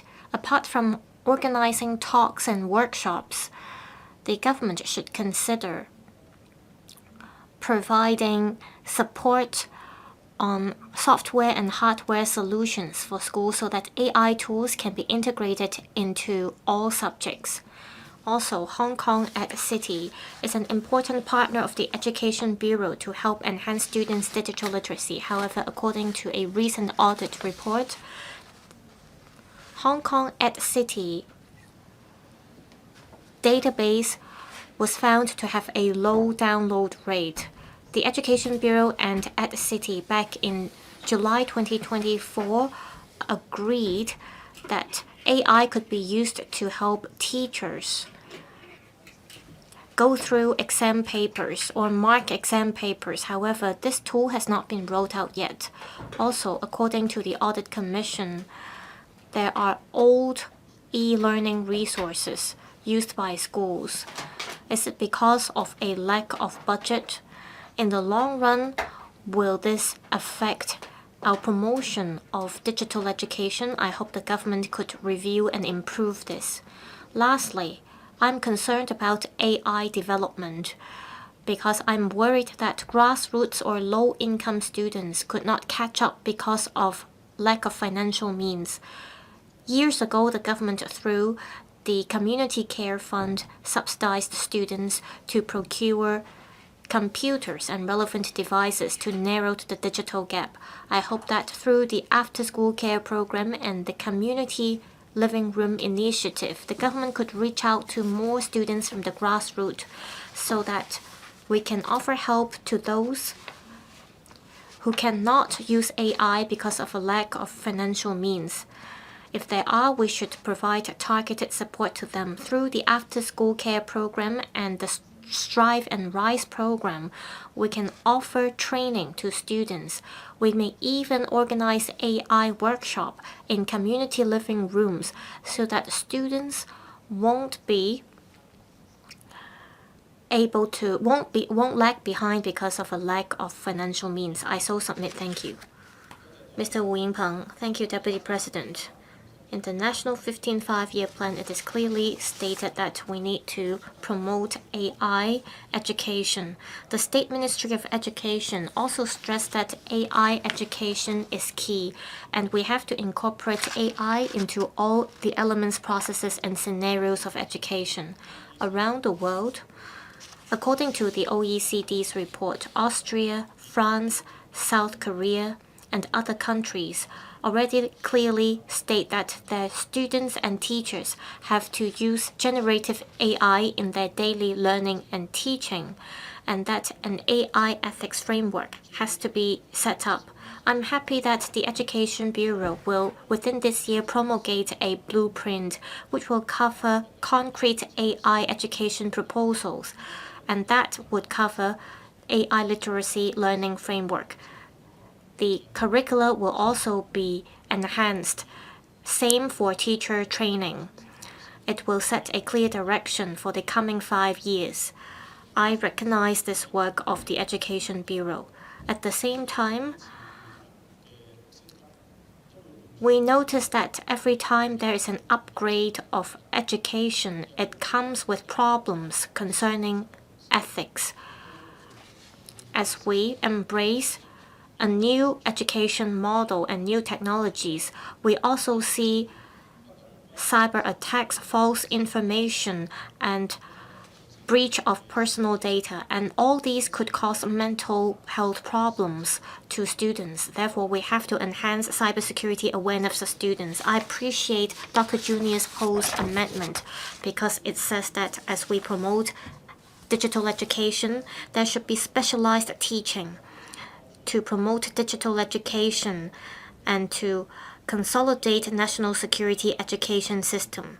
Here I'd like to share 4 points. First, digital security should be incorporated as a mandatory element in primary and secondary education. It should cover cybersecurity and AI as well as data protection.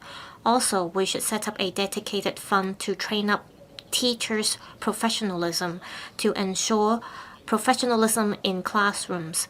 3, the Education Bureau should work with the police force and set up a long-term collaborative mechanism to promote digital and data security on campuses to enhance students' awareness. 4, the Education Bureau can work with the ITIB to provide a set of high-standard firewall and monitoring systems for primary and secondary schools in Hong Kong to guard against data or cyber attacks. This is to ensure safety in the learning environment for students too.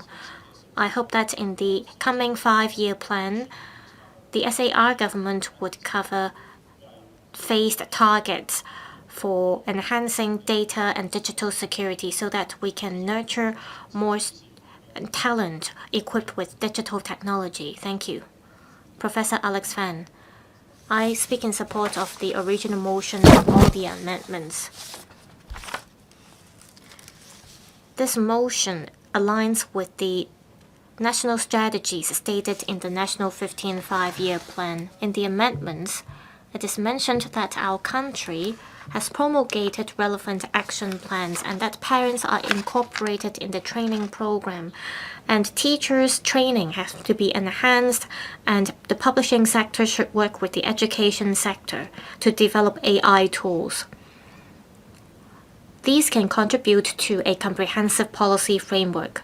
In recent years, SAR government's work deserves our recognition. In 2025, AI-assisted teaching professional development framework for teachers were promulgated. A 3-tiered framework was published.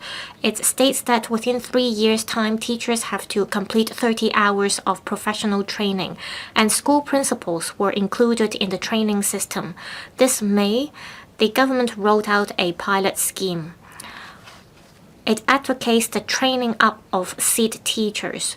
2 to 3 teaching staff should be trained up in each school, and starting from 26-27, the new scheme should be implemented in junior high school, and in 28-29, the system will cover all core subjects in primary and secondary schools. All these lay a solid foundation for promoting digital education. I have the following 2 suggestions, as I would like to explore how to further complete the framework. First, we have to speed up setting up an AI ethics framework. We need to nurture students' AI ethics so that they use AI in a responsible manner. Currently, the pilot scheme we have cover AI ethics, data security, and so on in teachers' training. This is the right direction. However, there is room for further improvement.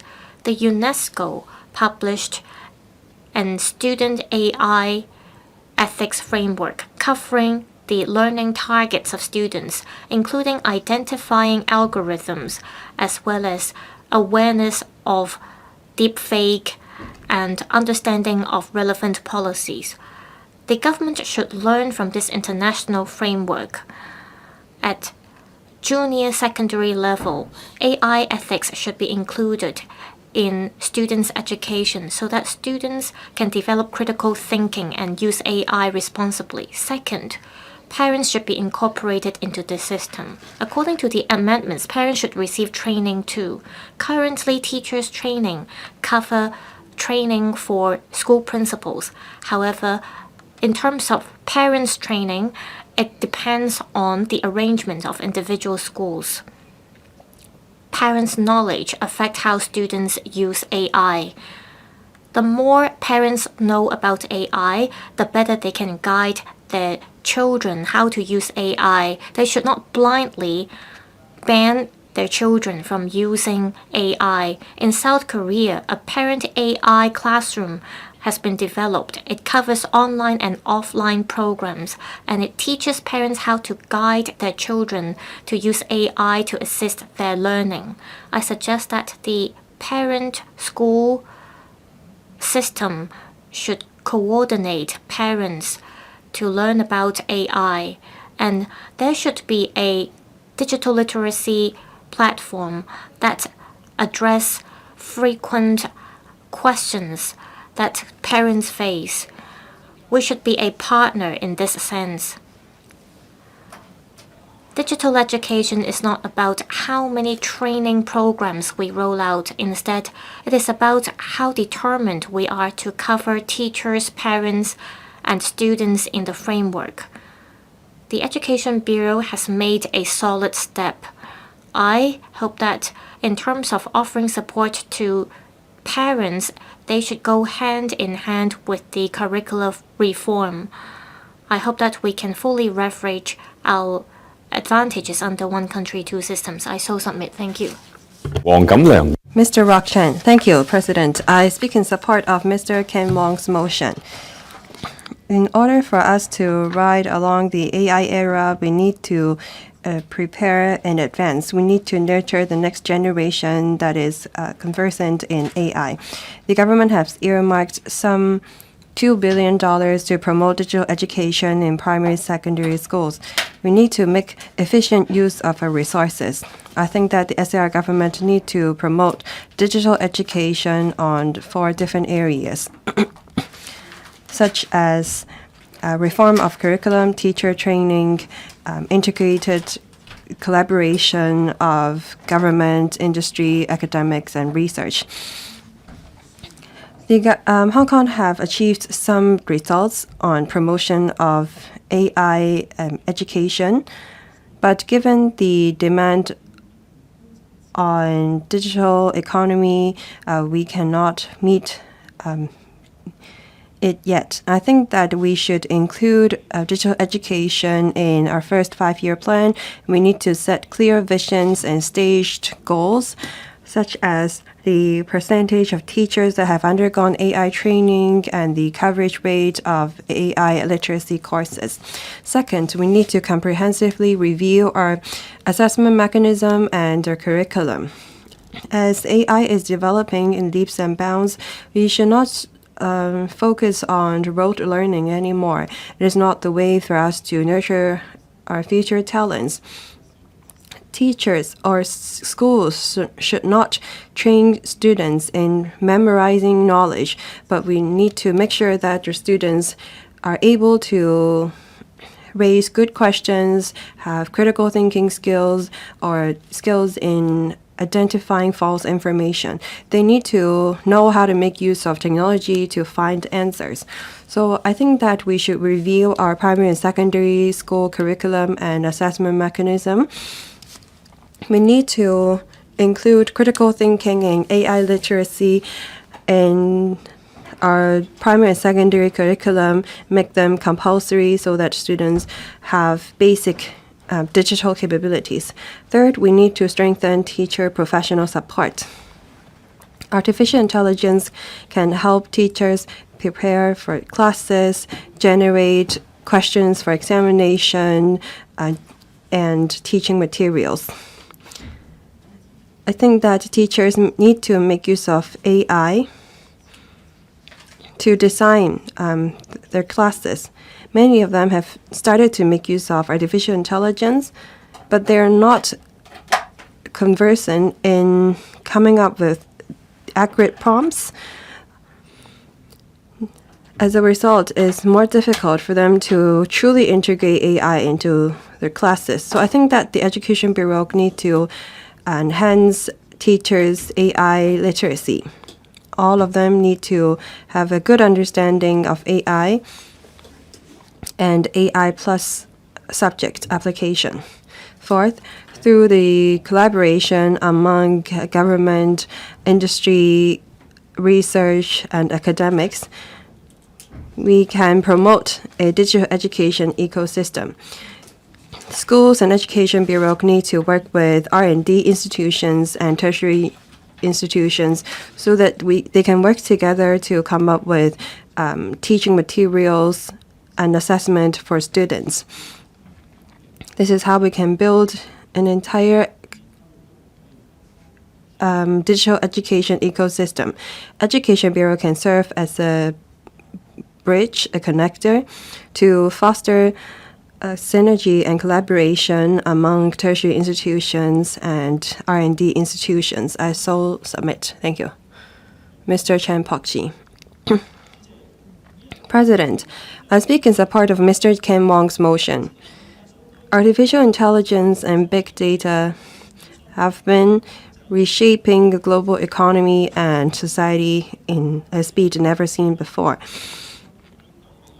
Digital literacy is no longer just a plus, but a key element of competitiveness for Hong Kong. The 55-year plan stipulates that we should promote the transformation of education models through artificial intelligence. As the SAR government is preparing for our first 5-year plan, I urge the government to establish a comprehensive digital education strategy. The key to the success of digital education lies not just with hardware and infrastructures, but also systems and talents. I recognize the Education Bureau's efforts on this area. First, we have to strengthen AI ethics education. We need to nurture responsible digital citizens. There is a survey showing that 54% of the interviewees who are teachers are worried about issues relating to privacy that may be brought about by artificial intelligence tools. And some students were worried that they may over-rely on AI and undermine their problem-solving and critical thinking skills. So I think that we should include AI ethics in the core and compulsory courses so that students know how to protect privacy and understand the bias of algorithms so that they can uphold academic integrity and become a responsible digital citizen. Second, we need to promote deep communication between teachers and students. If we over-rely on AI, that will undermine the people-to-people connection between teachers and students. Teachers should vet or review the students' work on their own so that they know about the capabilities of their students. I hope that teachers will use the time saved by using AI to offer one-on-one counseling for students. Also, I think that we should develop an AI fields for teachers, as AI technology is developing rapidly, teachers are trying to equip themselves with the skills. There is a survey showing that over 50% of the teachers said that they need more support as they learn about artificial intelligence. I think that this shows that in terms of AI application, there is great room for improvement for teachers. I think that we can establish a collaboration mechanism among universities, primary and secondary schools. We need to have a dedicated teachers and a teaching assistant on AI in all schools. We need to treat or set AI capabilities as one of the criteria for promotion and professional development among teachers.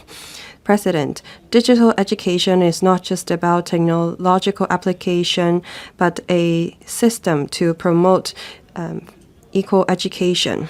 I hope that the government will focus on AI ethics, communication between teachers and students, as well as their professional development in the Hong Kong's 5-year plan.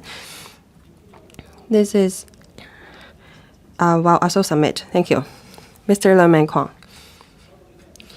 Thank you, President. Artificial intelligence have been developing in leaps and bounds. The 15th 5-year plan of our country stipulates promoting transformation of education models through AI. The government has also earmarked some $500 million to establish an AI for empowering learning and teaching funding program.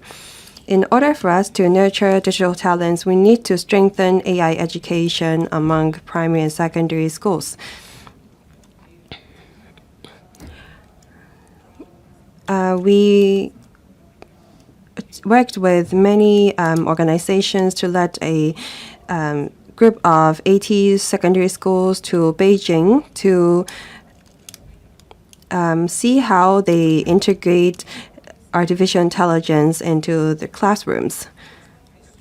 Students in that particular secondary school in Beijing will be reminded of the common mistakes made, and when they after they completed their examination in classrooms, AI will immediately generate the results, and outside classrooms, students will be able to interact with robotics and robots.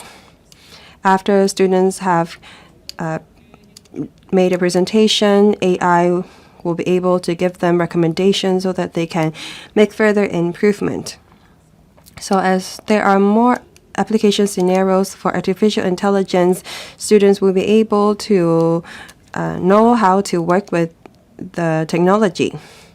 Now, looking back in Hong Kong, apart from hardware support, our progress in promoting digital education in primary and secondary schools is low. Many schools are worried about students cheating using artificial intelligence.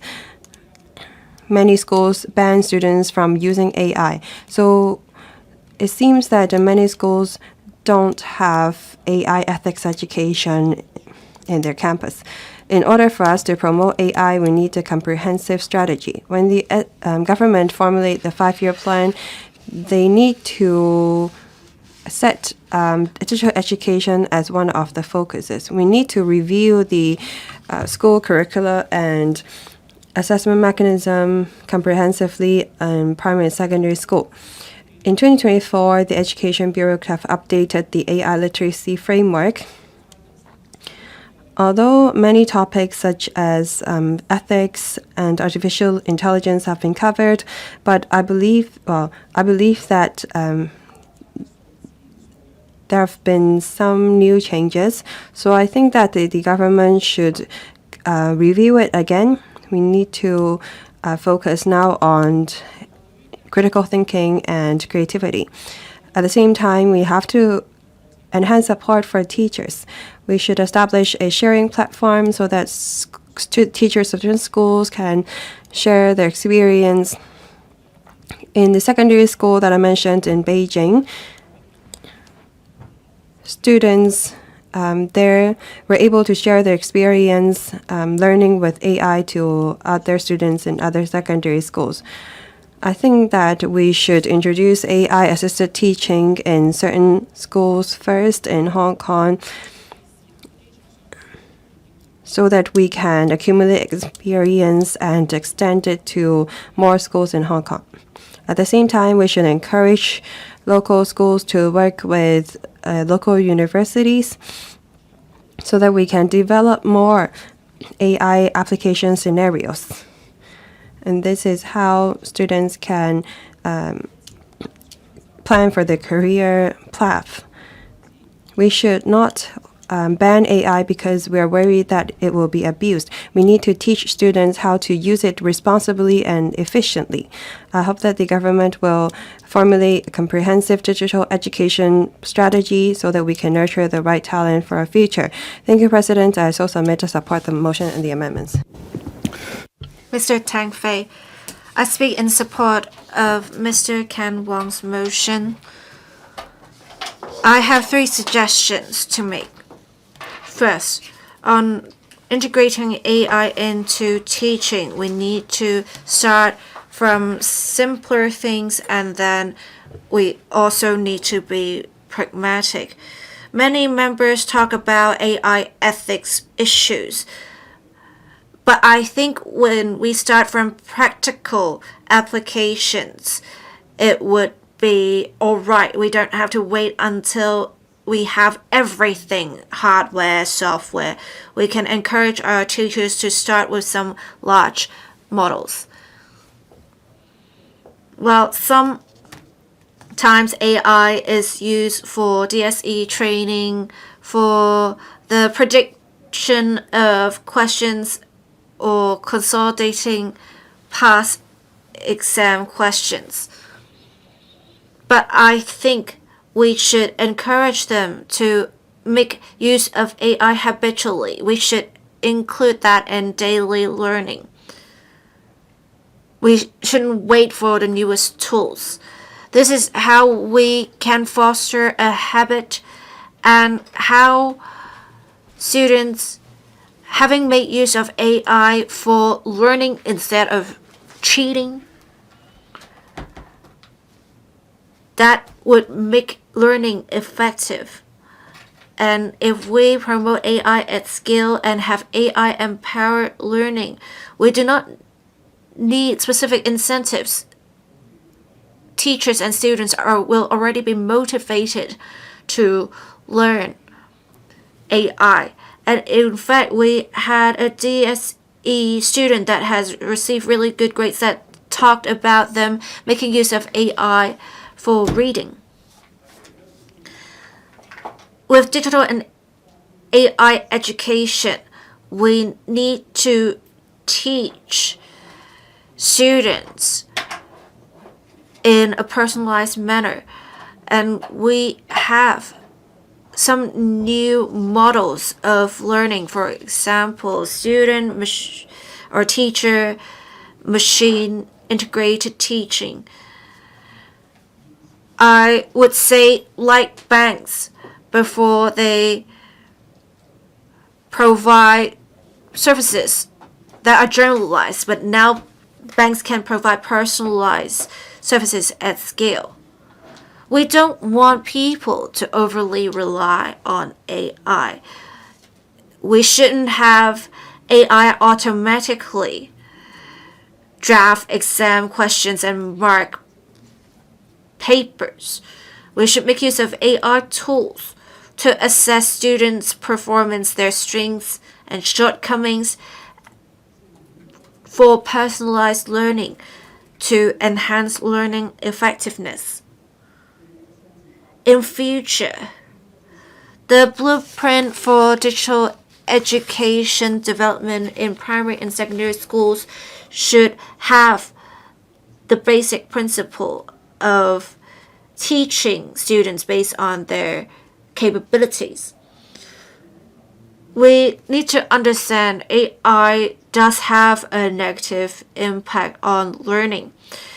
According to an MIT report, long-term reliance on AI for writing will cause a significant decline in logical thinking and word formulation.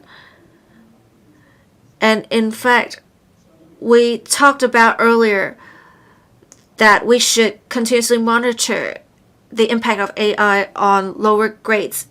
In fact, the Singaporean Ministry of Education has implemented new initiatives to prevent the abuse of AI causing a decline in independent thinking skills.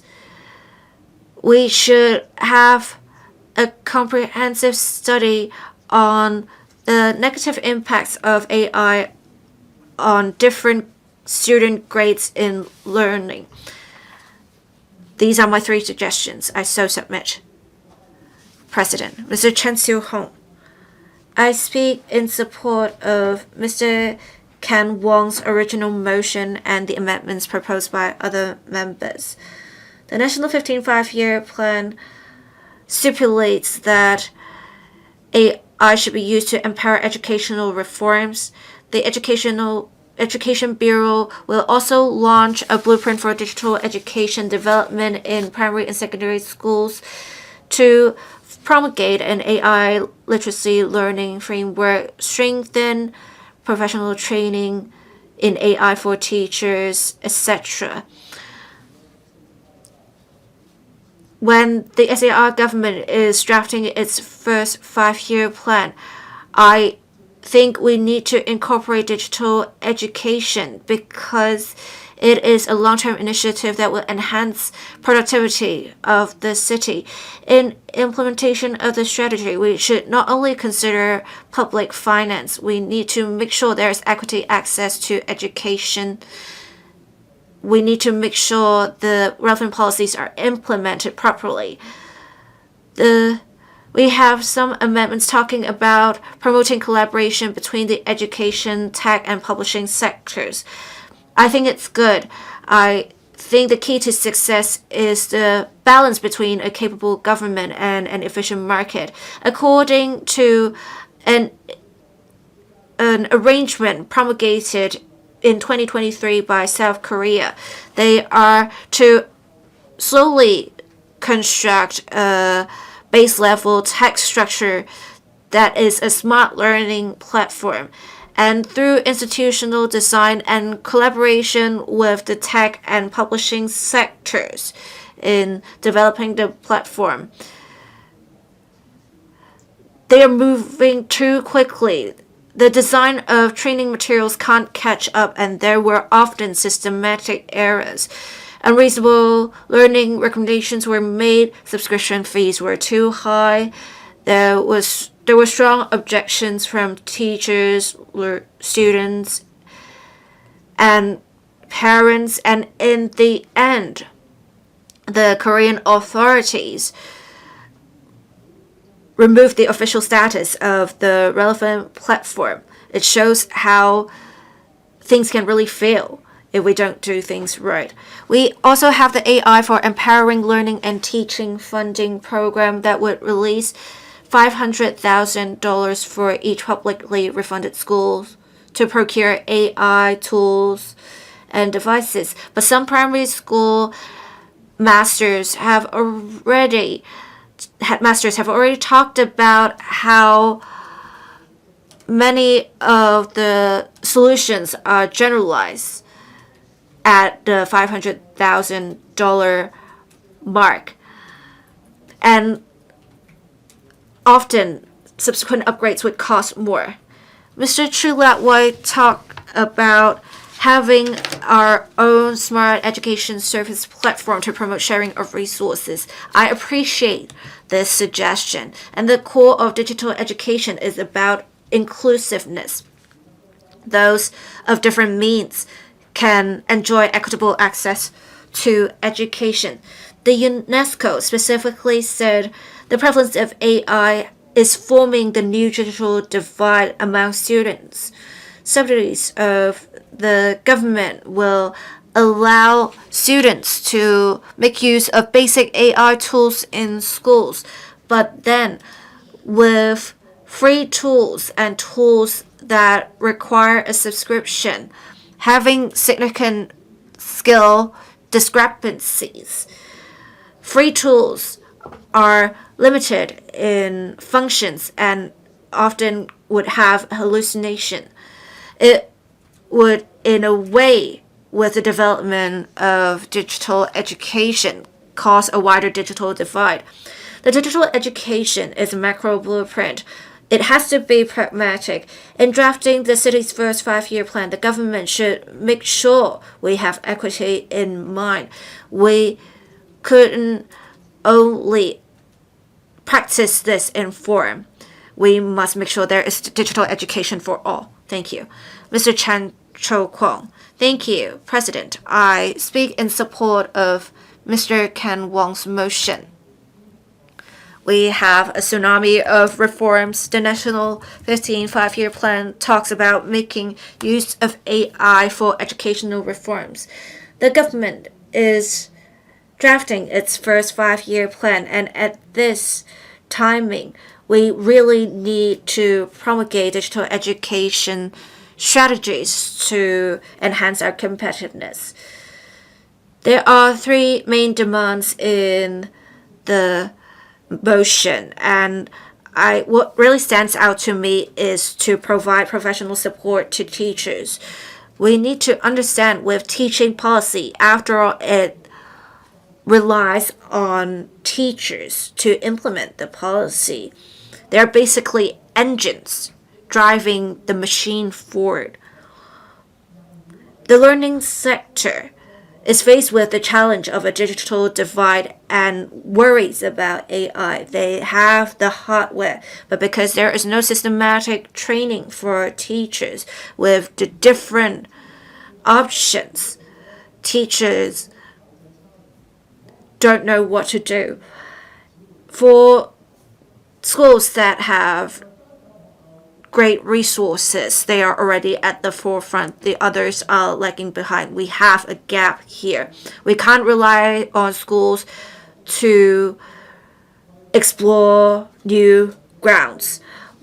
The government must provide systematic top-level support to expand digital education. We have the Center of Excellence providing high-quality AI-related mandatory training for teachers so that teachers can go beyond the basic applications and provide guidance to students in learning high-level computational thinking.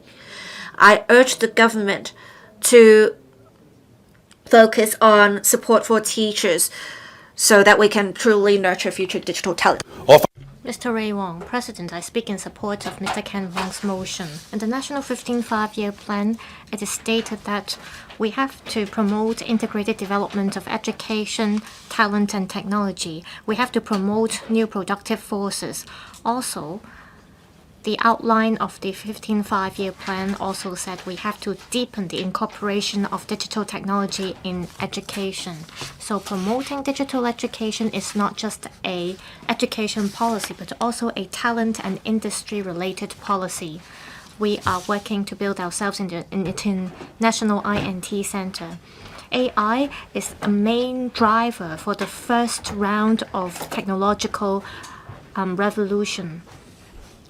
To develop logistics, manufacturing, biotech, we need AI. And in order to cultivate the relevant talent, we need to do better in our education. I have the following 3 suggestions. First, we need high-quality thinking. In AI era, knowing how to ask questions is more important than memorizing knowledge. Students need to know how to use AI tools, identify and analyze assessment. The UNESCO and the OECD have launched an AI education framework. 5 departments under the Ministry of Education also promulgated an action plan calling for the use of AI in education. The Education Bureau also promulgated a literacy framework. I look forward to the blueprint to be promulgated by the Education Bureau so that we can build a literacy framework with Hong Kong characteristics that would enable our students to develop innovative thinking and ethics. Also, we have to make sure that AI will not replace teachers in teaching, but help teachers teach. I'm glad that there is the AI for Empowering Learning and Teaching Fund. It offers $500,000 to each school to procure AI tools. However, hardware is just the basics. Talent is the key. Some teachers said they do not have enough time. I suggest that there should be a continuous professional development framework for teachers, which cover design of curriculum and risk management, as well as data security. Some say that technology tools can save teachers 20 to 30% of their time. If they can make good use of AI, they will be able to focus their resources and energy on counseling individual students. Third, we should use digital education to promote industry education collaboration. The latest policy address earmarks $2 billion on promoting digital education. The money should not just be spent on procuring software or hardware. Instead, we need policy measures and initiatives. We are trying to promote AI, low-altitude economy, as well as data science and life and health science. However, we do not have enough talent for these industries. The government should integrate industry and academics. It should promote applied science universities, as well as primary and secondary schools to build labs. There should be collaboration between schools and enterprises so that students can be exposed to AI application scenarios. We should guide students to use AI for problem solving. In the long run, there should be a complete vocational education pathway. We need a talent supply chain to meet the demand for future industries. AI is reshaping our structure of society as well as the entire operation model. To build an international INT center, we have to cultivate the INT capabilities of the next generation. We have to embrace the opportunities brought by the National 15 Five-Year Plan. We need talent to help promote industry development. We need talent to boost competitiveness and contribute to our economic development. I so submit. Thank you. Next, Mr. Kasef Tam. Thank you, President. I speak in support of Mr. Ken Wong's original motion and other amendments. The SAR government has been promoting AI as the key driver for future industries. It echoes the AI Plus initiative. I think the key lies in talent. We need future talent to promote INT in Hong Kong. The Northern Metropolis aims to build itself into an INT hub, and AI is crucial. Last year, the construction works were underway in Hetao, and we are building the sandy-rich data clusters. Without talent, we would not be able to make use of these infrastructure. Data centers are just the vehicle. What vigorates INT is talent. We do not only need infrastructure in the Northern Metropolis, we also need INT culture to be built in primary and secondary schools. So we have to speed up the promotion of digital education to cultivate local talent. The government incorporates AI into local curricula. It has earmarked $2 billion to promote digital education. This deserves our recognition. However, to cultivate talent, we need students to practice how to use AI. I'm a chairman of a youth association in the New Territories. We've been promoting INT-related activities. For example, under one of the projects, we bring AI aerospace technology into campuses. One of the workshops we organized served 36 local primary and secondary schools. We organized competitions, summit, and forums, inviting experts and students to have exchanges with each other. These activities are popular among students.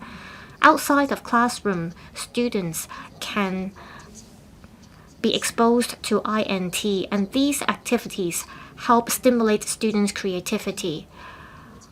I think we need to make use of INT resources in order to promote industry development.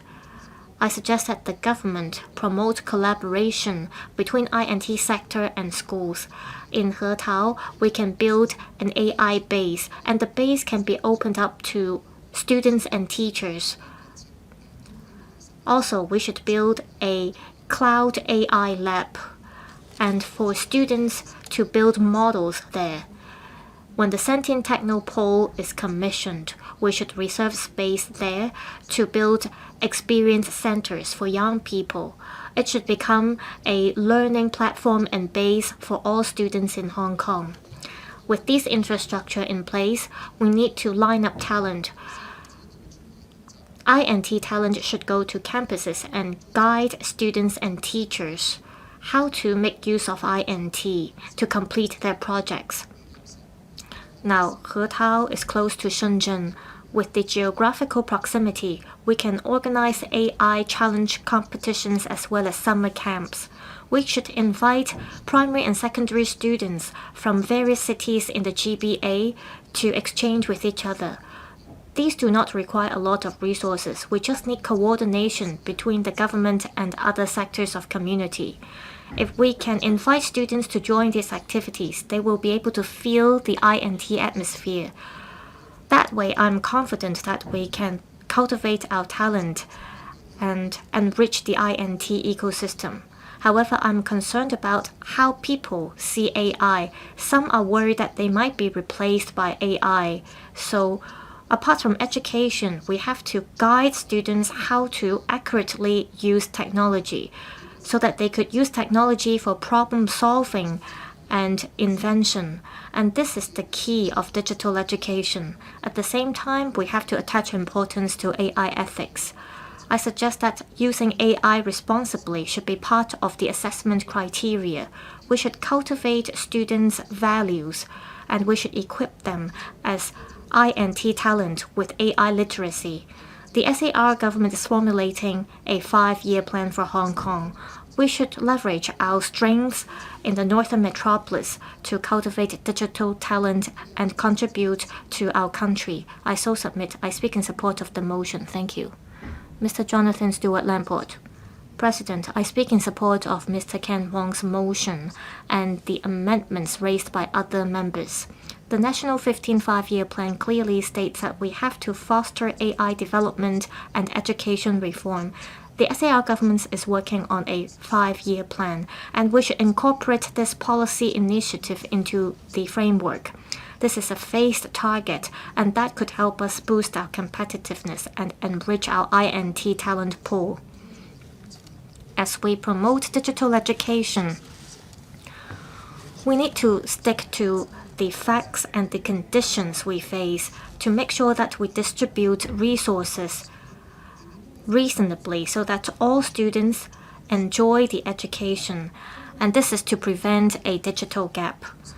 Traditionally, we attach importance to equality of education. A lot of students from the grassroots benefit from this system and were able to move upwards. However, in recent years, this kind of stories are not seen. With rapid development of technologies, various schools face gaps in terms of their IT infrastructure and resources. Some say that this kind of digital divide would affect equal distribution of education resources. Therefore, as we see a trend of technological development, we have to abide by the equity principle to reduce the gap. Some say that direct subsidy schools and international schools are better at adapting to the new trend as they have advanced AI equipment and top-tier teachers. There are also views that schools with limited resources do not even have basic internet network, or teachers who have the knowledge to teach technology. we need to make sure that every student in our society can benefit from the INT development. As the government formulates its policies, it should take into consideration the equity principle. Then we can cultivate talent. So to abide by the equity principle, the government should work on the following. First, we need to make sure that there are equal distribution of resources. It should take into consideration the needs of various schools. In the 5-year plan, it should take into account the needs of various schools, be it aided schools or government school. It should treat all schools equally in terms of resource allocation. This is to make sure that each school gets enough resources from the government. This is also to make sure that students, no matter which school they come from, they get the same education. Also, we have to bring together INT sectors as well as local universities to develop an AI-assisted education platform. We should provide frontline teachers with professional support to make sure that every teacher is capable of using AI in learning and teaching. Third, as we review the local curricula, we have to make sure that we can cultivate digital talent. It does not mean that we have to train up each student as programmers. Instead, we have to enhance students' computational thinking. So in terms of the curricula, we have to make sure that students can grasp the knowledge easily instead of relying on outside school tutorials. We have to make sure that we have this kind of inclusive training to make sure that every student can build a solid foundation on AI literacy. Digital education is a key driver. As the SA government formulates its first 5-year plan, I hope digital education can be part of the strategies of the government so that we can cultivate INT talent and a new generation with INT knowledge. Thank you. 多謝主席。 Mr. Champurlan, thank you, President. AI has been developing rapidly recently, and it has been changing the education ecosystem in a speed never seen before. The SAR government has included AI in the core curriculum of primary and secondary schools. The government has also launched the AI for Empowering Learning and Teaching Funding Program and AI for Science Education Funding Program, offering teaching and learning resources for teachers. But given the AI trend, both teachers and students need to learn how to know how to use AI. According to a study conducted by the Hong Kong Foundation, more than 90% of teachers and students have made use of AI in their teaching and learning. But if 10 marks is a full mark, teachers rate themselves 5 marks in terms of their understanding of AI compared to 6.5 of that of students. Primary and secondary school students rely on their teacher's guidance. So teacher is essential when we want to nurture a next generation digital talents. The training that we have for teachers are mostly short-term seminars and talks. Teachers of different subjects and different years of service have varying capabilities and demand on digital technology. Art subject teacher can make use of AI to process their administrative work, help them in preparing examination papers, and vet students' homework. For science subject teacher, they need to have a deeper understanding on AI. They need to transform these AI capabilities into teaching materials. So it seems that the current training ignore the different needs of teachers. I think that the Education Bureau need to improve their digital education training so that teachers can be equipped with the right AI skills to alleviate their pressure. At the same time, I suggest that there be tiered training. We need to have different courses for teachers with different capabilities that are playing different roles. We need to include AI in the continuing professional development of teachers. A few members in their amendments talk about AI literacy. I think that it is equally important to enhance students' AI literacy and their AI skills. Not all students can become AI programmers, but I believe that every one of them will be in touch of AI in the course of their lives. They need to stay curious and they need to continue to be creative when they use AI. They need to have the right critical thinking skills and ethics. They need to not blindly believe in AI. President, in April this year, the Ministry of Education, together with 5 other departments, printed or published an action agenda on artificial intelligence education. The SAR government, in the middle of this year, is going to publish a blueprint on primary and secondary school digital education. I hope that there will be a staged strategy for primary and secondary school to dovetail with our 5-year plan. We need to nurture talents with AI skills and the right ethics. I support the motion and the amendments. Mr. Yu Ming. Thank you, President. I speak in support of the motion and the amendments.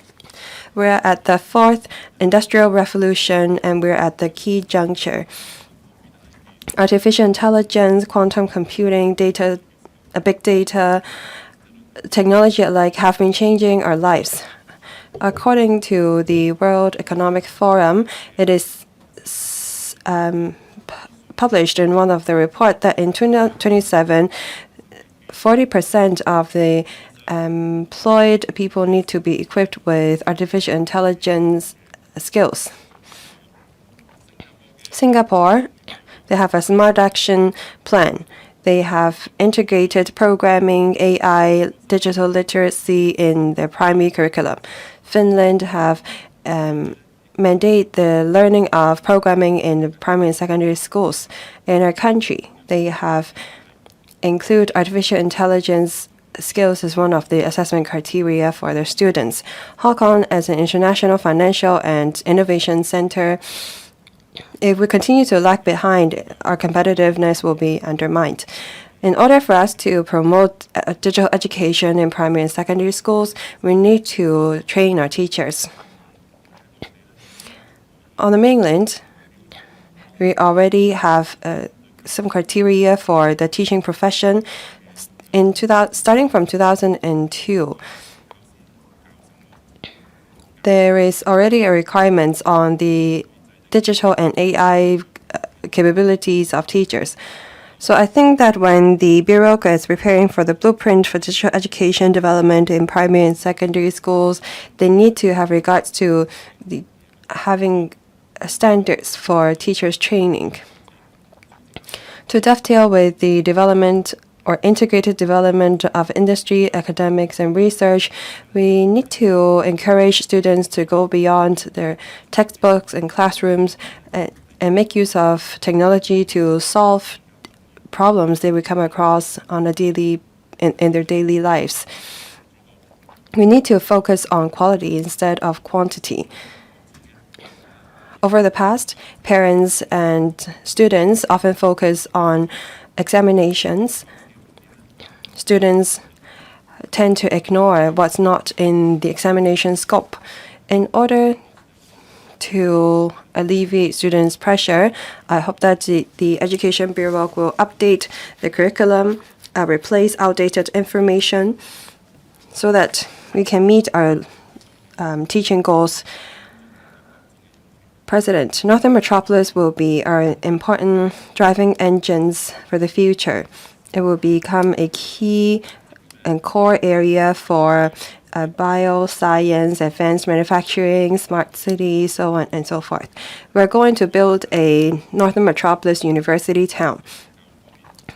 It is how we can turn ourselves into an international education hub. So I think that we do have the conditions to work with tertiary institutions to turn education into an industry.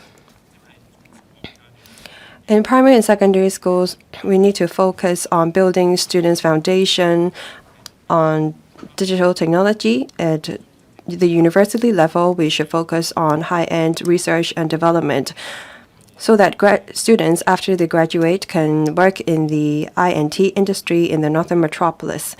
We can offer immersive digital experience for students so that they can work in groups. We can launch a Northern Metropolis holiday experience so that students can stay in the Northern Metropolis and work on projects, or even take up internships at the science park nearby. At the same time, we should encourage university professors to teach at primary and secondary schools so that we can share teaching and learning resources. And this is how we can build a comprehensive talent chain from primary, secondary, to schools, to universities, and the Northern Metropolis. Thank you, President. I so submit. Professor William Wong.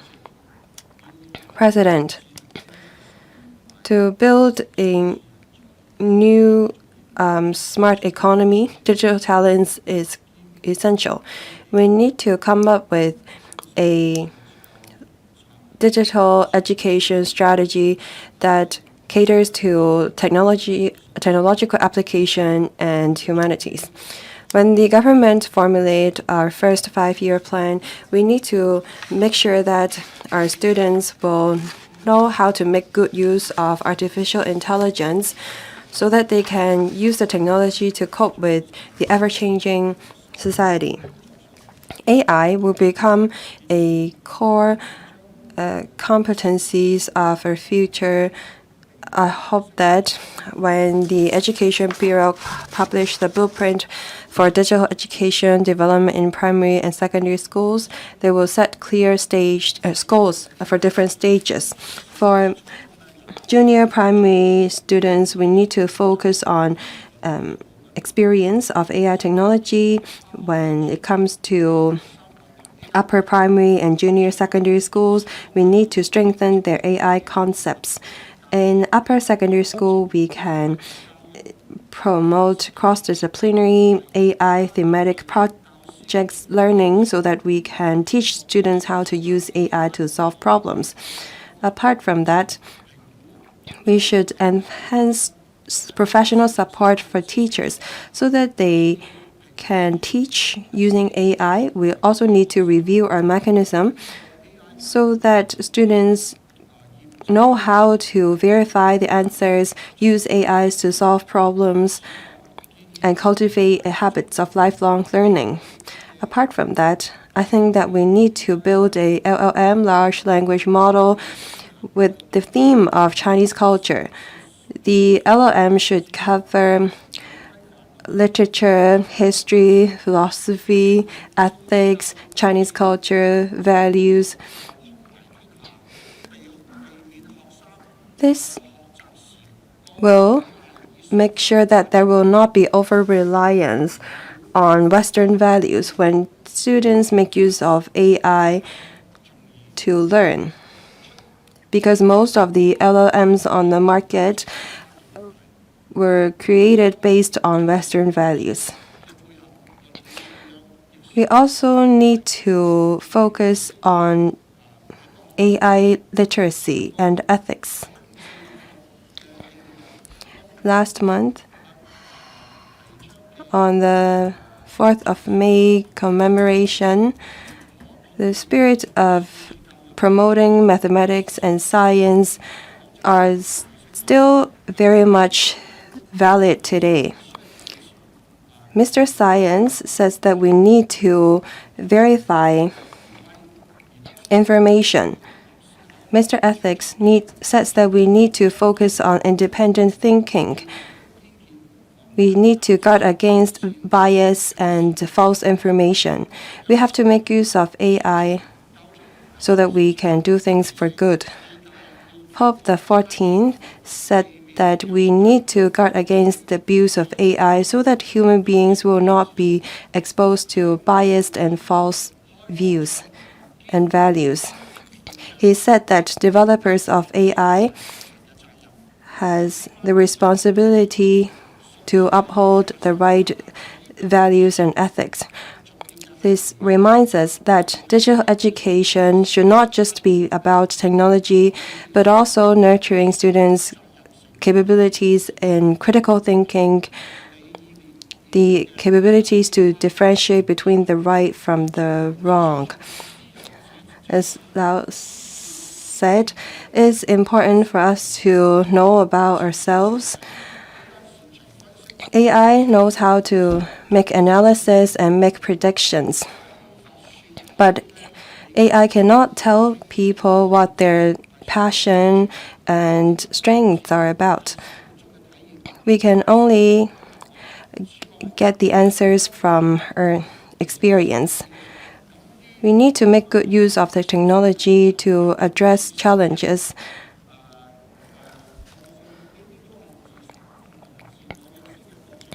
The core of digital education is to train students in their self-awareness. Your time is up. Thank you. Mr. Chen Young, thank you.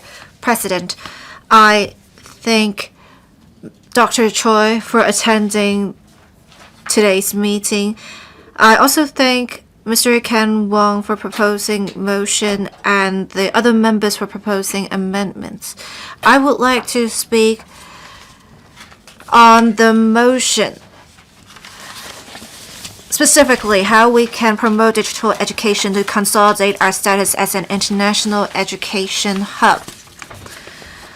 Many members talked about specifically for what happens with AI, and the DAB recently held a seminar on integrated development of education technology and talents, and Dr. Choi was a guest speaker. We should actively nurture digital talents. Many members talked about AI plus law, AI plus finance, AI plus architecture. We do agree there is a need to cultivate AI literacy under a Learning for All framework, because AI literacy lays the foundations for nurturing talents. And in fact, if we say AI in Putonghua, it is I, which is love.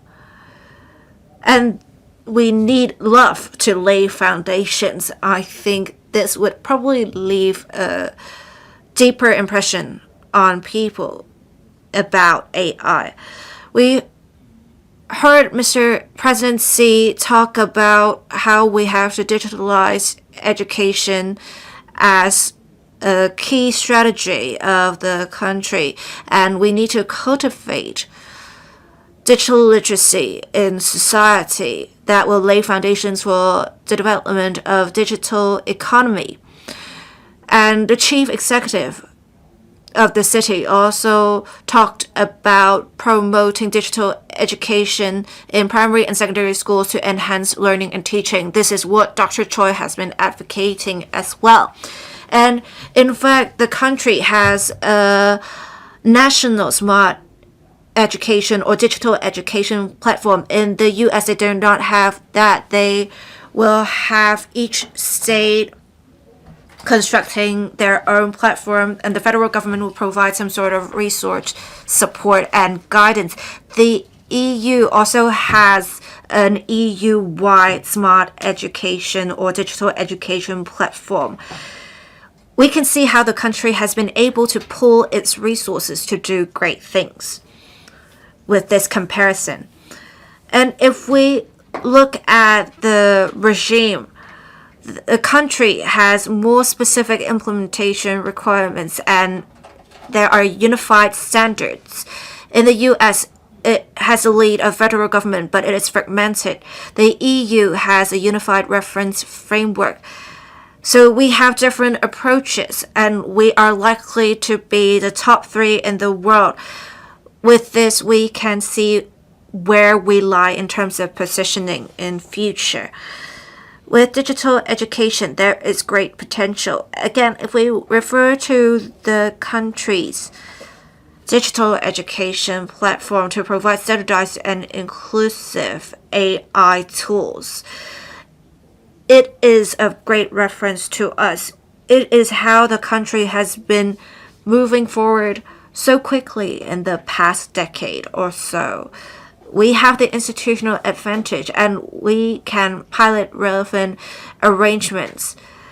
I think we can refer to the country's practices. We can learn from the country's strengths, but we can also learn from the practices in the rest of the world. Some members talked about having a subject-led approach, but some members also said at the beginning we should not adopt this approach just yet because it would be hard for teachers to grasp all that specialized knowledge. Basic education will be more beneficial. We want to make sure digital education can equip each student with skills suitable for the AI era. With Hong Kong being developed as an international INT hub, with future generations, we need more digital talents. The government should work with different sectors and expedite our efforts. I remind members, in accordance with the House rules, this motion debate will end at 5:19 today, approximately 50 past 4 or 10 to 5. I will invite the mover to speak on the amendments. Mr. Kenneth Lau. With the prevalence of AI may not be able to replace humans just yet, but those who can't use AI will be left behind. The National 15 Five-Year Plan stipulates that AI should be used to empower educational reforms, and we should start with AI education and incorporate AI in different subjects. The first astronaut from Hong Kong, Dr. LegCo Members has successfully been launched to the space station of the country. It has started a wave of passion for aerospace technology. I think we are planting the seeds for relevant research, and in the city's first 5-year plan, we should actively promote digital education to nurture relevant digital talents. The government has been working hard to promote STEM education, and we have been encouraging tech enterprises to provide relevant teaching and learning resources to schools. However, according to some studies, with the format being 10, with the familiarity of use of AI, teachers assess themselves to have only 5 points, whereas students have 6.5. So students actually have better familiarity than teachers. It is probably due to a lack of confidence. There may be a shortage of resources at the specific schools, and teachers have to learn AI on their own cost. That has posed some limitations. AI is not going to replace teachers. They should assist teachers. We should learn from the practices of Beijing and Shanghai and formulate more comprehensive digital education policies. We can refer to Beijing's arrangements to nurture teachers that are equipped with AI-related professional knowledge so that we can have them try to teach others about AI applications, and that will cultivate digital literacy amongst teachers. We should also have an education cloud platform in the city for the use of teachers and students. We should also have an AI lab hosted by the government so as to save costs on the part of schools. We should also learn from Beijing in terms of integrated learning for digital education. We have the primary and secondary schools of Beijing have AI general education, and they can have independent modules or they can have relevant elements incorporated into existing information and communication technology courses that has broken barriers in traditional classrooms and promote human computer collaborated teaching. Say for some historical facts, we can generate animated clips and provide immersive learning to students so that they can actively explore the history and they will no longer just be learning about the facts passively. With the success of digital education, we need to reform assessment mechanisms. We should make use of AI learning management systems to formulate development blueprints for each student and provide targeted support to them. We need to make sure to equip them with innovative thinking and logical thinking as well as AI ethics and assess them on these capabilities. We should not adopt exams as the only form of assessment. Promoting digital education in Hong Kong is not just about upgrading the hardware, it is about reforming education. We need to have a student-based thinking, allowing personalized education. Thank you. Your time is up. Mr. Andrew Yao. Today I want to talk about how we can nurture future digital talents. It's just like building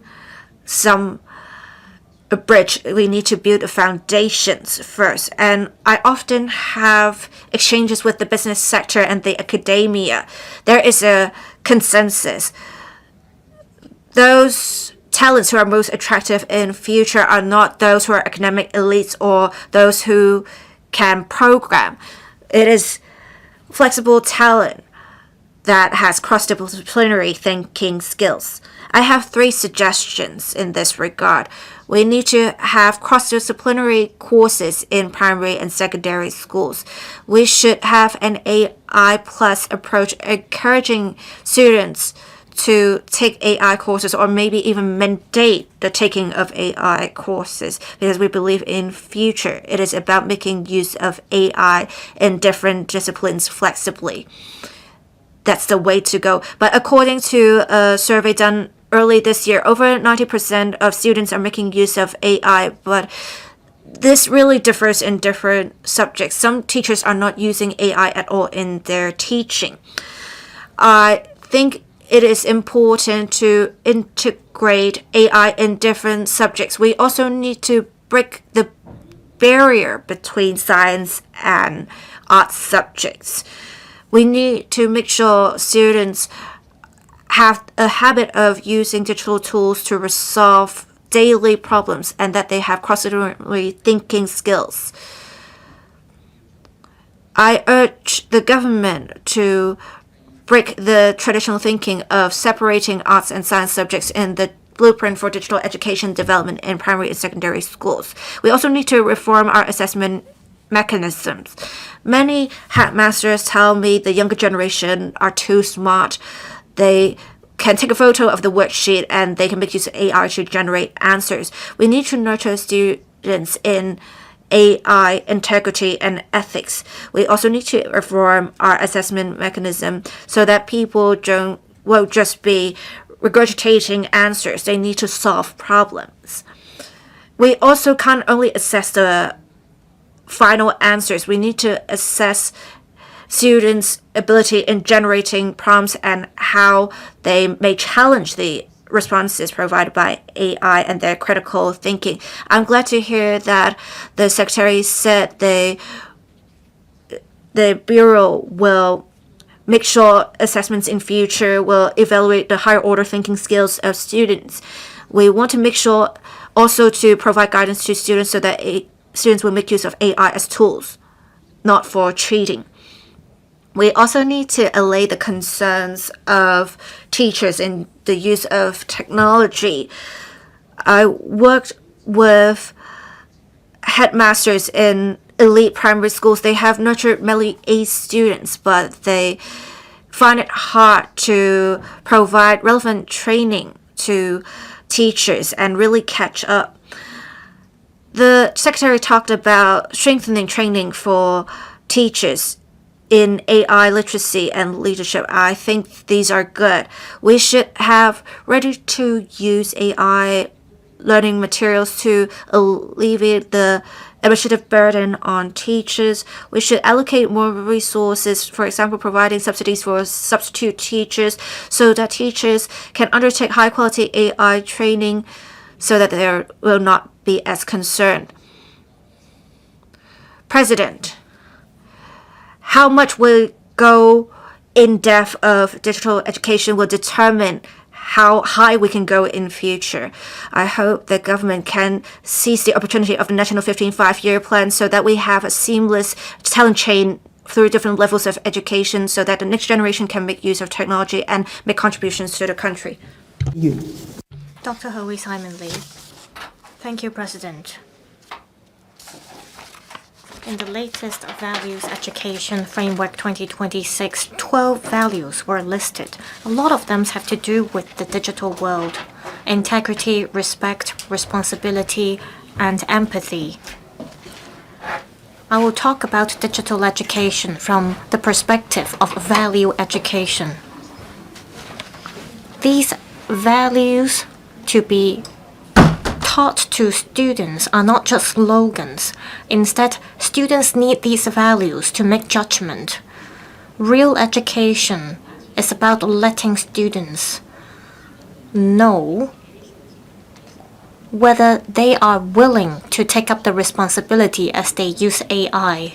Therefore, we have to first build a value education framework.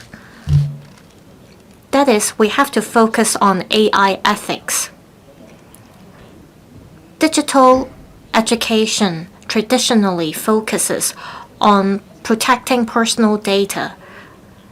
This is a normalized kind of education that teaches students what consequence they would face if they breach the rules.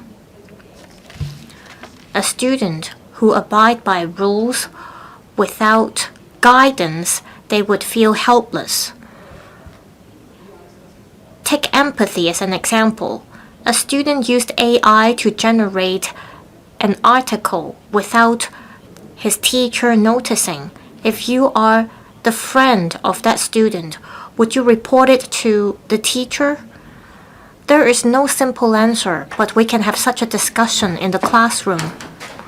With empathy, we know the reason behind. Real value education is about weighing the different values instead of memorizing or chanting slogans. So we have to bring students towards logic. We have to teach them the right values.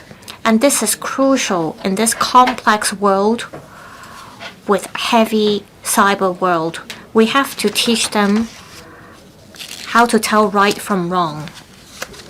We also have to teach students about their responsibility. Many curricula focus on the core of digital world, but this is not enough. Personal behavior can give rise to various consequences. By forwarding a message that has not been identified can cause chaos. A random sentence that you type on social media platform can also give rise to conflicts. It could cause cyberbullying, and by authorizing your friends to send out a message, it could also cause problem. We need to look at law-abidingness and sense of responsibility together. A student may randomly send out a message on social media platform. So value education is not just about teaching students the legal consequence they may face. It is also about teaching them a sense of responsibility and teaching them to help maintain public order. If everyone randomly sends out messages they want on the internet, that would be problematic. In one case, a student sends out a meme that stigmatizes another student. It involves AI ethics here, and because this causes bullying, in the classroom, students should be guided to respect others and not to attack others. Also, they should be taught the importance of respecting others, because without respect, there would be problems. We should focus on humanistic values education so that they could serve as the guidance for students when they use technology. These kind of education should be transformed into behavioral guidance for students. That way we can equip students with virtuous behavior. Thank you. Mr. Aaron Bok. AI is common in our daily lives nowadays. In future, in the northern metropolis, we will focus on developing INT, robotics technology, big data analytics, as well as green energy, life and health science technology.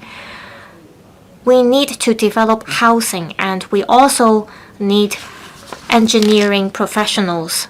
Therefore, we have to make adjustments to the kinds of talent we need. Mr. Ken Wong moved this motion on promoting digital education, and this comes timely and it deserves our support. In terms of engineering and construction, AI is common. It covers design, management, and construction. Through AI algorithm, it can create BIM modeling, and it shortens the project life cycle by 50%. Through smart site management and AI imaging, it can reduce accident rate by 82%. Also, with construction robots and automated construction, it boosts efficiency. It shows that AI application is crucial to our future development, and therefore we need to step up cultivating digital talent. Without doubt, our country surpasses us in this regard. In 2025, our country promulgated an action plan to build itself into a leading country in education. Digital education is one core strategy of our country, and this strategy has been elevated into a major highlight of our country's education reform. The SAR government, to dovetail with the National 15th Five-Year Plan as well as the national strategy of invigorating the country through science and education, our government is formulating a blueprint which will be promulgated within this year. I hope this blueprint will be published soon so that we have a plan to promote AI education in the long run. It should cover AI ethics and ways to cultivate talent. It should popularize AI and turn AI into part of our lives. We should form an ecosystem. We should also step up cross-departmental coordination to make sure that the relevant policy initiatives can be implemented. I've been focusing on STEAM education. I hope the government could complete the relevant policies. In primary and secondary levels, STEAM education should be stepped up. We need to cultivate students from when they are at a young age so that we can nurture engineering and INT talent. We should cultivate students' sense of curiosity so that they can make use of AI to ask why instead of how to do something. They should make use of AI to make supplementary questions. The first female astronaut, LegCo Members in Hong Kong, demonstrates to the world that studying engineering and math, as well as digital education, can help us contribute to our country. We should use AI to reshape students' education. We need to adopt a dual approach. We should review universities' assessment criteria when they admit students. We should also review the junior secondary curriculum so that we can cultivate the right talent. We should introduce advanced manufacturing and relevant disciplines. Our programs should cover AI, data science, advanced manufacturing, and robotics. We should work with the media to produce programs about STEAM to enhance students' interest and awareness in STEAM. Our digital education requires cross-sectoral and cross-disciplinary coordination. AI should be incorporated into students' daily learning. Through the concerted efforts of the government, schools, and enterprises, we will be able to cultivate future digital talent. I so submit I speak in support of the motion and the amendments. Ms. Elizabeth Kwok, President. With rapid AI and digital development, our education system should move with the times. Over the past decade or so, I've been calling for incorporating AI into the local curricula. I thank Mr. Ken Wong for the motion. We have to tie in with national strategies and speed up promoting digital education in primary and secondary schools. Traditionally, classroom teaching no longer can respond to the needs of our society for talent with critical thinking.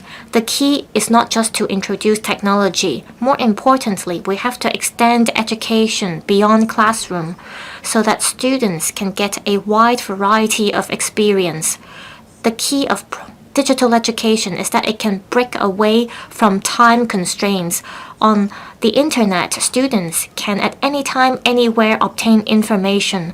In an era with overloaded amount of information, students need to learn how to make judgment and analysis.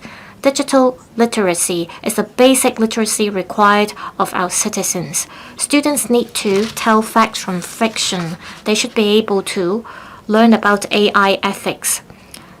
Digital literacy is about civic literacy. It is the core of our education. Learning should not be restricted to classroom. There should be cross-cultural exchanges, online experiential learning, and so on, so that students can integrate the digital literacy with their sense of responsibility. The new generation need interactive and inspirational learning. Our education should incorporate gaming, explorative and inquisitive teaching. We should make use of virtual reality and analytics tools to enhance students' learning. In the transitional phase, teachers' role has to be repositioned. They are no longer knowledge transmitter, but they are the ones who guide students. They should guide students to explore knowledge, tell facts from fiction, as well as enhance students' sense of belonging. School principals, as the leaders of schools, need to set clear directions. They have to build innovative campus culture to make sure that students from various backgrounds can benefit. We should not neglect the importance of parents. Families are crucial settings for students. They should learn about literacy and pay attention to their children's mental well-being. They should learn about cybersecurity so that they can effectively guide their children. With cooperation between families and schools, then we can cultivate a new generation with good awareness. I support Mr. CHU Lap-wai's amendment. I urge the SAR government to learn from the 5 national departments. We should learn from the AI plus education initiative. We should also learn from our country's smart education public service platform. We should promote quality digital education and sharing of resources. We should also extend Education Bureau's training to cover school principals and parents. We should enhance the digital literacy to form a support network consisting of schools and parents. we should make innovative capability and digital literacy as part of students' assessment criteria. Digital education reform requires fundamental change. We need to break away from classroom teaching and learning. We need to step up students' digital literacy. If digital literacy is regarded as civic literacy, then our goal is no longer about how to make use of tech talent. Instead, we have to ensure that our talent has the sense of responsibility and the ability to make judgments so that they would not over-rely on AI and get lost in the internet world. We're formulating the first 5-year plan for Hong Kong. We have to make use of top-level design and coordination and integrate education, technology, and talent. We need the concerted effort of teachers, school principals, and parents so that we can cultivate INT talent required of our country. Thank you. Mr. Alan Chan. Thank you, President. Artificial intelligence and big data are now reshaping the global industries and employment market. We are now under the fourth industrial reform. Our country just promulgated the plan for developing a leading country in education and the 15th five-year plan. The key to education is to cultivate critical thinking among students. We need to enhance their creativity. We should not just look for economy. If you look at the OECD PISA, their focus is on creativity and problem-solving skills. This is a good reference for Hong Kong. Our primary and secondary school digital education should not stay at the trial basis. We need to connect primary and secondary school system with that of universities, R&D institutions, and the labor market. I recognize the plans and policies of the government. Because the Education Bureau have already established a steering mechanism to consolidate development of digital education. The Quality Education Fund has earmarked $2 billion to support digital transformation in primary and secondary school. They are going to publish also the blueprint for digital education development in primary and secondary school within this year. There is great demand for talents with AI capabilities on the market, but our education system focus on learning about knowledge instead of knowledge creation and creativity enhancement. PISA and TIMS data shows that our Hong Kong students' creativity scored over only 32. That's lower than the average of OECD of 33 points. 54% of secondary 2 students lack confidence in science. Only 35% of our students are passionate about the relevant subjects. 80% of our teachers try to use AI in their teaching, but they are worried about information and data security. As our digital divide persists, we don't have enough support for the grassroots students. I have 4 suggestions to address the said problem. First, we need to include digital education for primary and secondary schools in our Hong Kong 5-year plan. We need to cater to the different needs of our students. We should set a 3-year, 5-year, and 10-year goals. We should set KPIs to assess the performance of different departments so that we focus on cultivating mindset in our digital education. Second, we need to align our curriculum with that of the rest of the world. We need to include AI literacy, computing skills, critical thinking, technological ethics in our curriculum. We need to adopt a project-based approach. We should learn from UK and Singapore.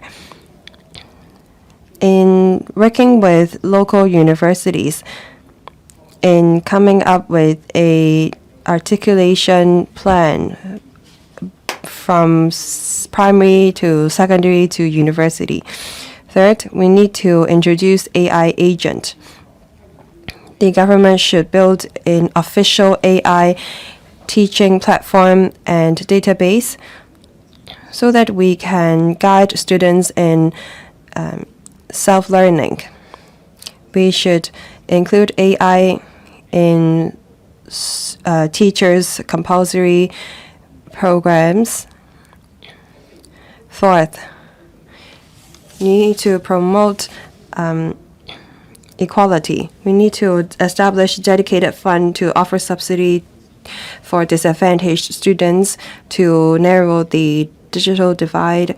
We should promote research and development. President, the key to education is not just on going for short-term return. Your time is up. Reverend Peter Kun. President, the 15th five-year plan stipulates that we have to promote transformation of education models through artificial intelligence. It is one of our country's key strategies. Hong Kong is now preparing for our first five-year plan. I think that we need to seize these opportunities to enhance our competitiveness. Students, when they join the labor force in 10 years' time, will be facing a very much different market from that of today. If we continue to promote rote learning in schools, students will not be able to compete in digital economy. The core to digital education is to teach students to make use of technology to solve problems, to use data to think, and maintain humans' unique creativity and compassion in the AI era. We need to know how to work with AI. So students should no longer be assessed based on memorization. In order for us to achieve our vision, teacher plays a very key role. Given the ever-changing AI tools that we have, teachers may find it hard to keep up. I suggest that the Education Bureau establish a regular support network so that teachers can be trained in their subjects and so that they can learn how to use AI to assist in their work. Teachers that are able to make use of AI in their work should be encouraged to share their experience with other schools. We can use AI to analyze students' weakness so that we can achieve differentiative instructions. Apart from working on training for teachers, we need to comprehensively review our assessment mechanism.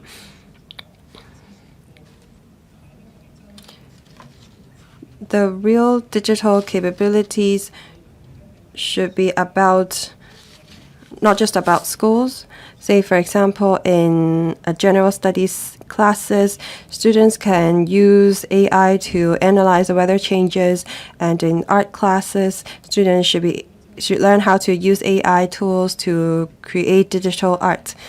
I think that in terms of assessment, we should no longer rely on paper examination. We need to focus on thematic learning projects so that students can develop composite critical thinking skills. We should promote diversified ways of assessment, introduce project-based learning so that our students can put their AI and digital skills to use. This will lay a solid foundation for their further studies and career. Digital education is not just about skills or technology, it's also about values and ethics. There's been much controversy in the academic fields because of the use of AI. We need to protect privacy, academic integrity, intellectual property. All these are the foundation for the sustainable development of digital education. We need to avoid over-reliance on artificial intelligence tools. The government and schools need to face up to this issue. The government should roll out AI guidelines for schools so that digital ethics and AI literacy can be included in the core and compulsory curriculum so that students' logical and critical thinking can be enhanced. President, Hong Kong has a quality education system and a team of compassionate teachers. As long as government have a comprehensive set of policies and review and reform assessment mechanism, we can definitely nurture the next generation with technological capabilities and human touch. I hope that the government will work on it. Thank you. Mr. Ken Wong, you may now speak on the amendments. President, I thank Mr. Chong Ho-fung, Mr. CHU Lap-wai, Mr. Elvin LEE, Mr. Dennis LEUNG, and Dr. Junius Ho for moving their amendments. These suggestions have enriched the content of the original motion,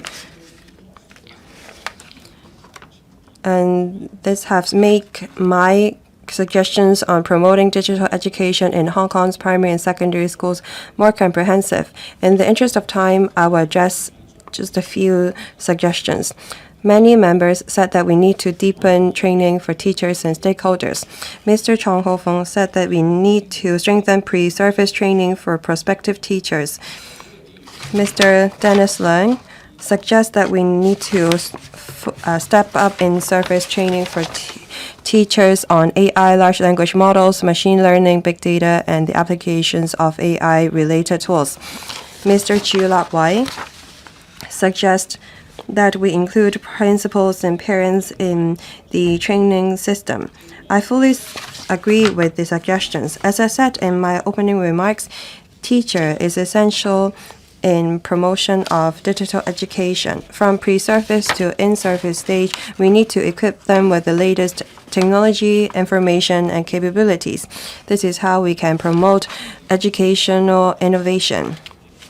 Principal is the leader in school reform. Their AI literacy is key to promoting transformation in schools. Parents are the gatekeeper to the good use of technology.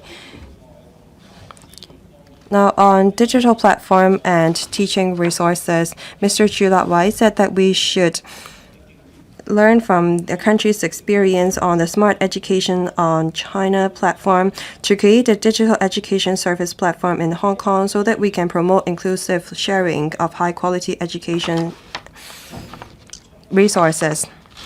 Dr. Elvin LEE said that we should work with the publishing sector to develop AI teaching and learning tools.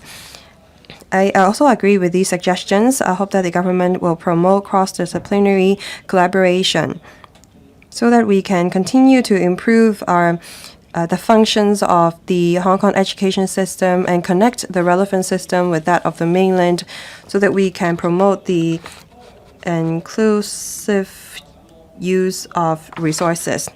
Many members are concerned about what we should teach, how we should teach, and how we should assess the students and teachers. Dr. Elvin LEE said that we should include AI literacy in the assessment. We need to promote creativity amongst students. Mr. Dennis LEUNG said that we should integrate digital literacy with career planning education so that students can be equipped with digital technology knowledge at an early stage. As we embrace technology, we must not forget the relevant risks. Dr. Junius Ho advocate for dedicated subject teacher for cybersecurity, artificial intelligence. He said that we need to strengthen data security, AI security, science and technology security as well as cyber security. We need to adopt a specialized teacher approach so that students will make use of technology in a safe manner. Technology is developing in leaps and bounds. Policies need to keep up with that. Some members suggest that we need to establish a review mechanism. The government need to establish a traceable system with indicators. As we assess the learning results of students, we also need to review the implementation of the relevant policy of schools and look at the use of resources. As we're preparing for the 5-year plan, we need to comprehensively review and reshape our digital education in primary and secondary schools. I hope that members will support my motion and the amendments. Thank you. Secretary for Education. President, I thank Mr. Ken Wong for proposing the motion and Mr. Chong Ho-fung, Mr. CHU Lap-wai, Dr. Elvin LEE, Mr. Dennis LEUNG, and Dr. Junius Ho for proposing amendments. I would also like to thank all members for giving their insights during the debate on how to further promote the development of digital education. In the face of rapid advancements in technologies such as AI and big data, we must proactively address the issue of the role of education in the age of intelligence. In line with the national strategy of revitalizing the country through science and education, the government is committed to promoting policies that can equip students with digital literacy, innovative thinking. We are currently drafting the first 5-year plan for the city. We want to integrate Chinese and Western education wisdom and have an education model that has Hong Kong characteristics, comprehensively and systematically advance educational innovation so that we can nurture innovative lifelong learners who possess digital literacy and a sense of humanistic care and make contributions to the development of Hong Kong and the country. Last year, the Education Bureau established the Steering Committee on Strategic Development of Digital Education, and the Bureau also supports the Curriculum Development Council in drawing up the blueprint for digital education development in primary and secondary schools, which provides a top-level framework for the development of digital education. We would like to thank all members for their views and suggestions on a range of areas. We will incorporate these views in the blueprint that is currently being drafted by the Curriculum Development Council, as well as the 4 strategic directions established by the Education Bureau's Steering Committee on Strategic Development of Digital Education, specifically enhancing students' digital literacy, strengthening professional training for teachers, optimizing digital education infrastructure, etc. I would like to respond to specific areas raised by members on continuously updating curricula and making the most of digital technology. In the age of AI, the barriers to accessing knowledge and basic technologies have been significantly lowered. The Education Bureau is committed to building a digital education system centered on AI for all schools and AI for students. We will focus on the continuous updating of the curricula and the systematic optimization of assessments and promote the organic integration of AI elements into learning and teaching. We are currently reviewing the curricula of all subjects, focusing on strengthening the teaching of information and innovative technology at primary school level. We have also established a dedicated committee under the Curriculum Development Council to review the curriculum framework for senior secondary science and mathematics subjects. We are exploring the full-scale implementation of ETSA, electronic territory-wide system assessment, utilizing AI to provide immediate personalized feedback, promoting self-learning and enhancing teaching effectiveness. We also are looking to integrate AI organically in different subjects. We will also include AI learning elements in different curriculum documents, In different subjects and cross-disciplinary areas, schools are to incorporate AI elements into learning activities and assessments.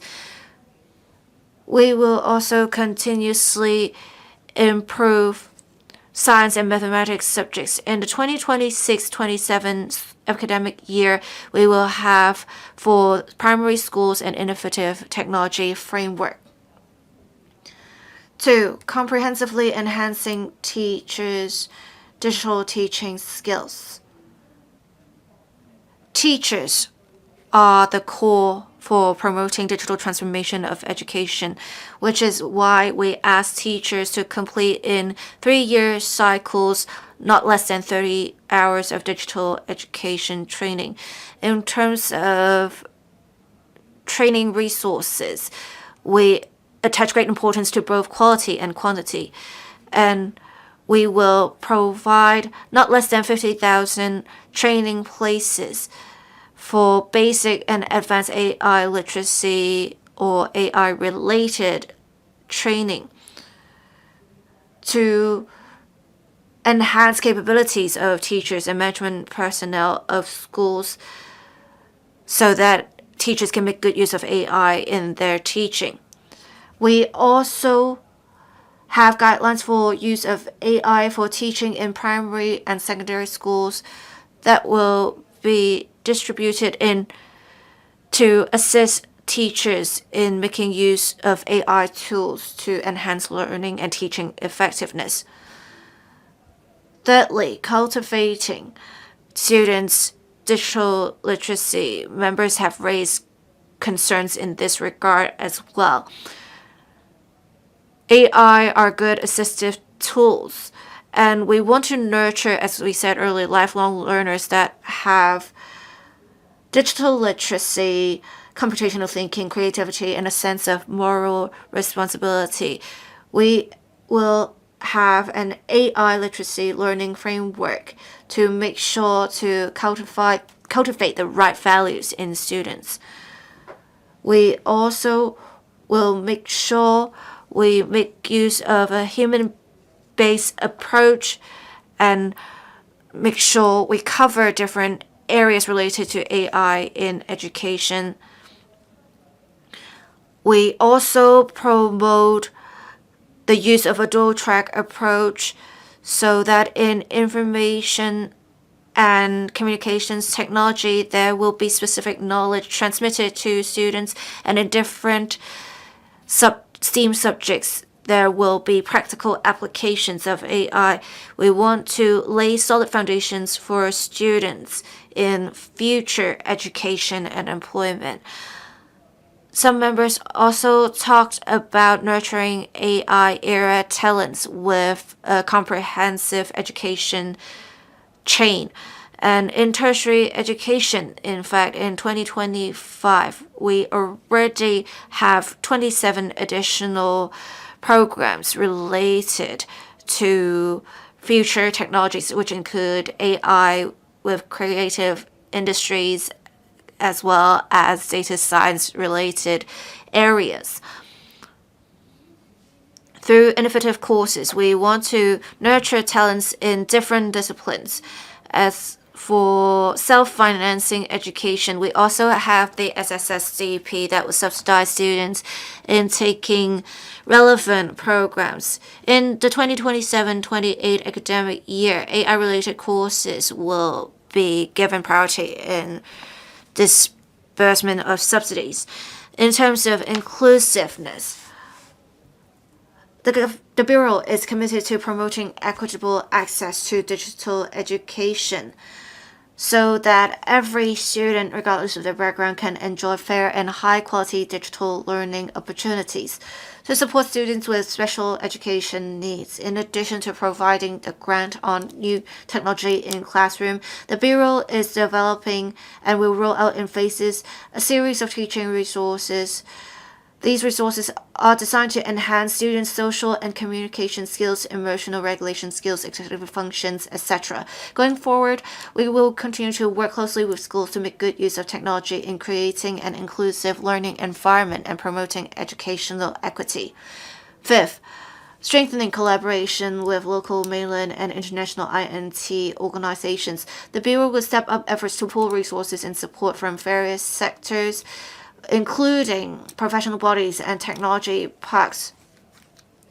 The Bureau will also strengthen collaboration with stakeholders in the mainland and overseas, learning the best practices to come up with fresh ideas for development of digital education in Hong Kong. We are also actively promoting greater collaboration between the education, technology, and publishing sectors to make good use of AI technology to develop high-quality AI tools. The Bureau is working with the HKEAA and Examinations Authority to have a 5-year transitional arrangement. We expect that in 2031, for primary 3, primary 6, and secondary 3 grades, we will have full implementation of ETSA, and AI can be used to provide immediate personalized feedback. The EAA will also consider for a small proportion of DSE examinations digital formats. The Education Bureau will work with institutions, professional bodies, and INT organizations to conduct studies on digital education in primary and secondary schools. We will also work with the Jockey Club Charities Trust in 2025-26 academic year to have pilot arrangements to promote AI education to nurture AI literacy in students, to have for senior primary grades AI basic learning resources, and to provide teachers with AI-related training. 6. Monitoring effectiveness. The Education Bureau will make use of various channels to review student learning outcomes, teacher training, and implementation and delivery of initiatives in schools. We will make good use of research and survey findings to develop digital education. The Bureau continues to take a data and evidence-based approach. Into the 2025 academic year, we have commenced an AI related survey regarding the use of AI in schools. We have had quite a number of responses. With this survey, we have a good understanding of overall planning of daily teaching in education sector. The Education Bureau continues to enhance the related development and accountability framework for schools so that schools will have to make use of different valuations to make sure they use AI well. They also need to include in their school development plan strategies for digital transformation. We will continue to make use of different channels such as school visits to review the effectiveness of initiatives and review the top-level design and make sure we have stable development of digital education. President, members, with the promulgation of the National 15 5-year plan, when we have a coordinated advancement of learning, teaching, assessment, management, and research, we'll have high-quality development in education. We look forward to working with different stakeholders in fully leveraging Hong Kong's unique advantage of being backed by the country and having connections with the rest of the world. We will make good use of technology and on the principles of equity and inclusiveness, strive to enhance quality and efficiency of digital education and nurture INT talents for both the country and Hong Kong. I so submit. Thank you, President. I now call upon Mr. Chong Ho-fung to move an amendment. President, I move my amendment. I propose the question to you that the amendment moved by Mr. Chong Ho-fung be passed. I now put the question to you as stated. Will members please proceed to vote? Members, please press the present button. Will those in favor please raise their hands? Those against, please raise their hands. I think the question is agreed by a majority of each of the two groups of members present, that is, those returned by the EC and those returned by the FC and GC. I declare the amendment passed.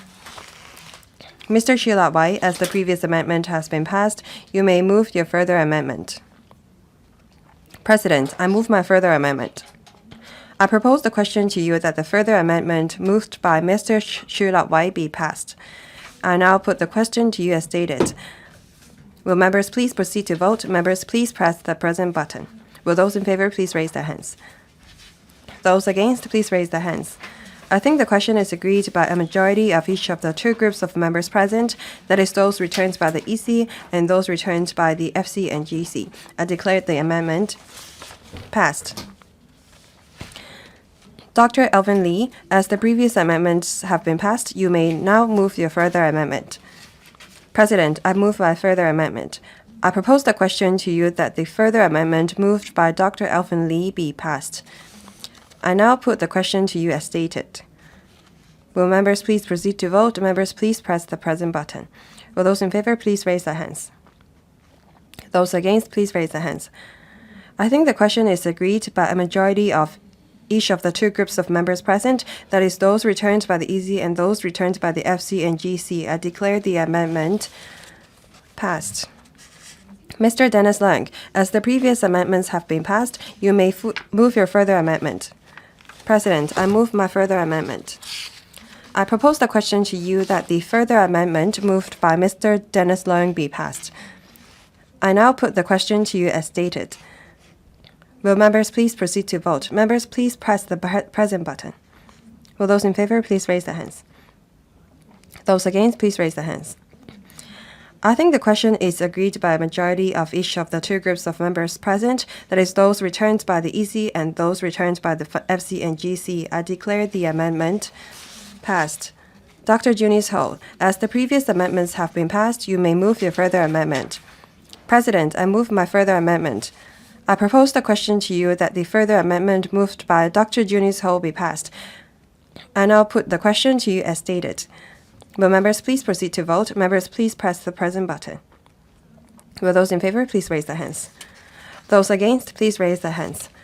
I think the question is agreed by a majority of each of the two groups of members present, that is those returned by the EC and those returned by the FC and GC.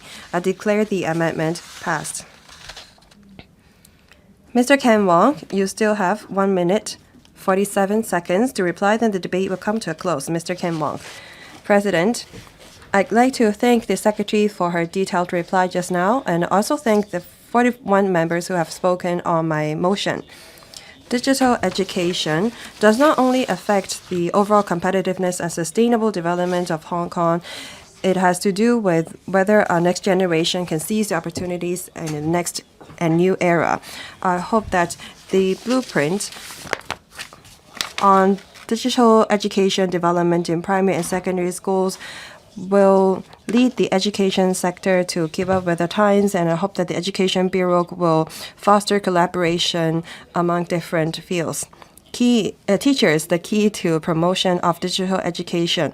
I hope that government will set a timetable and coverage rate of AI for teachers and enhance support for in-school support for teachers.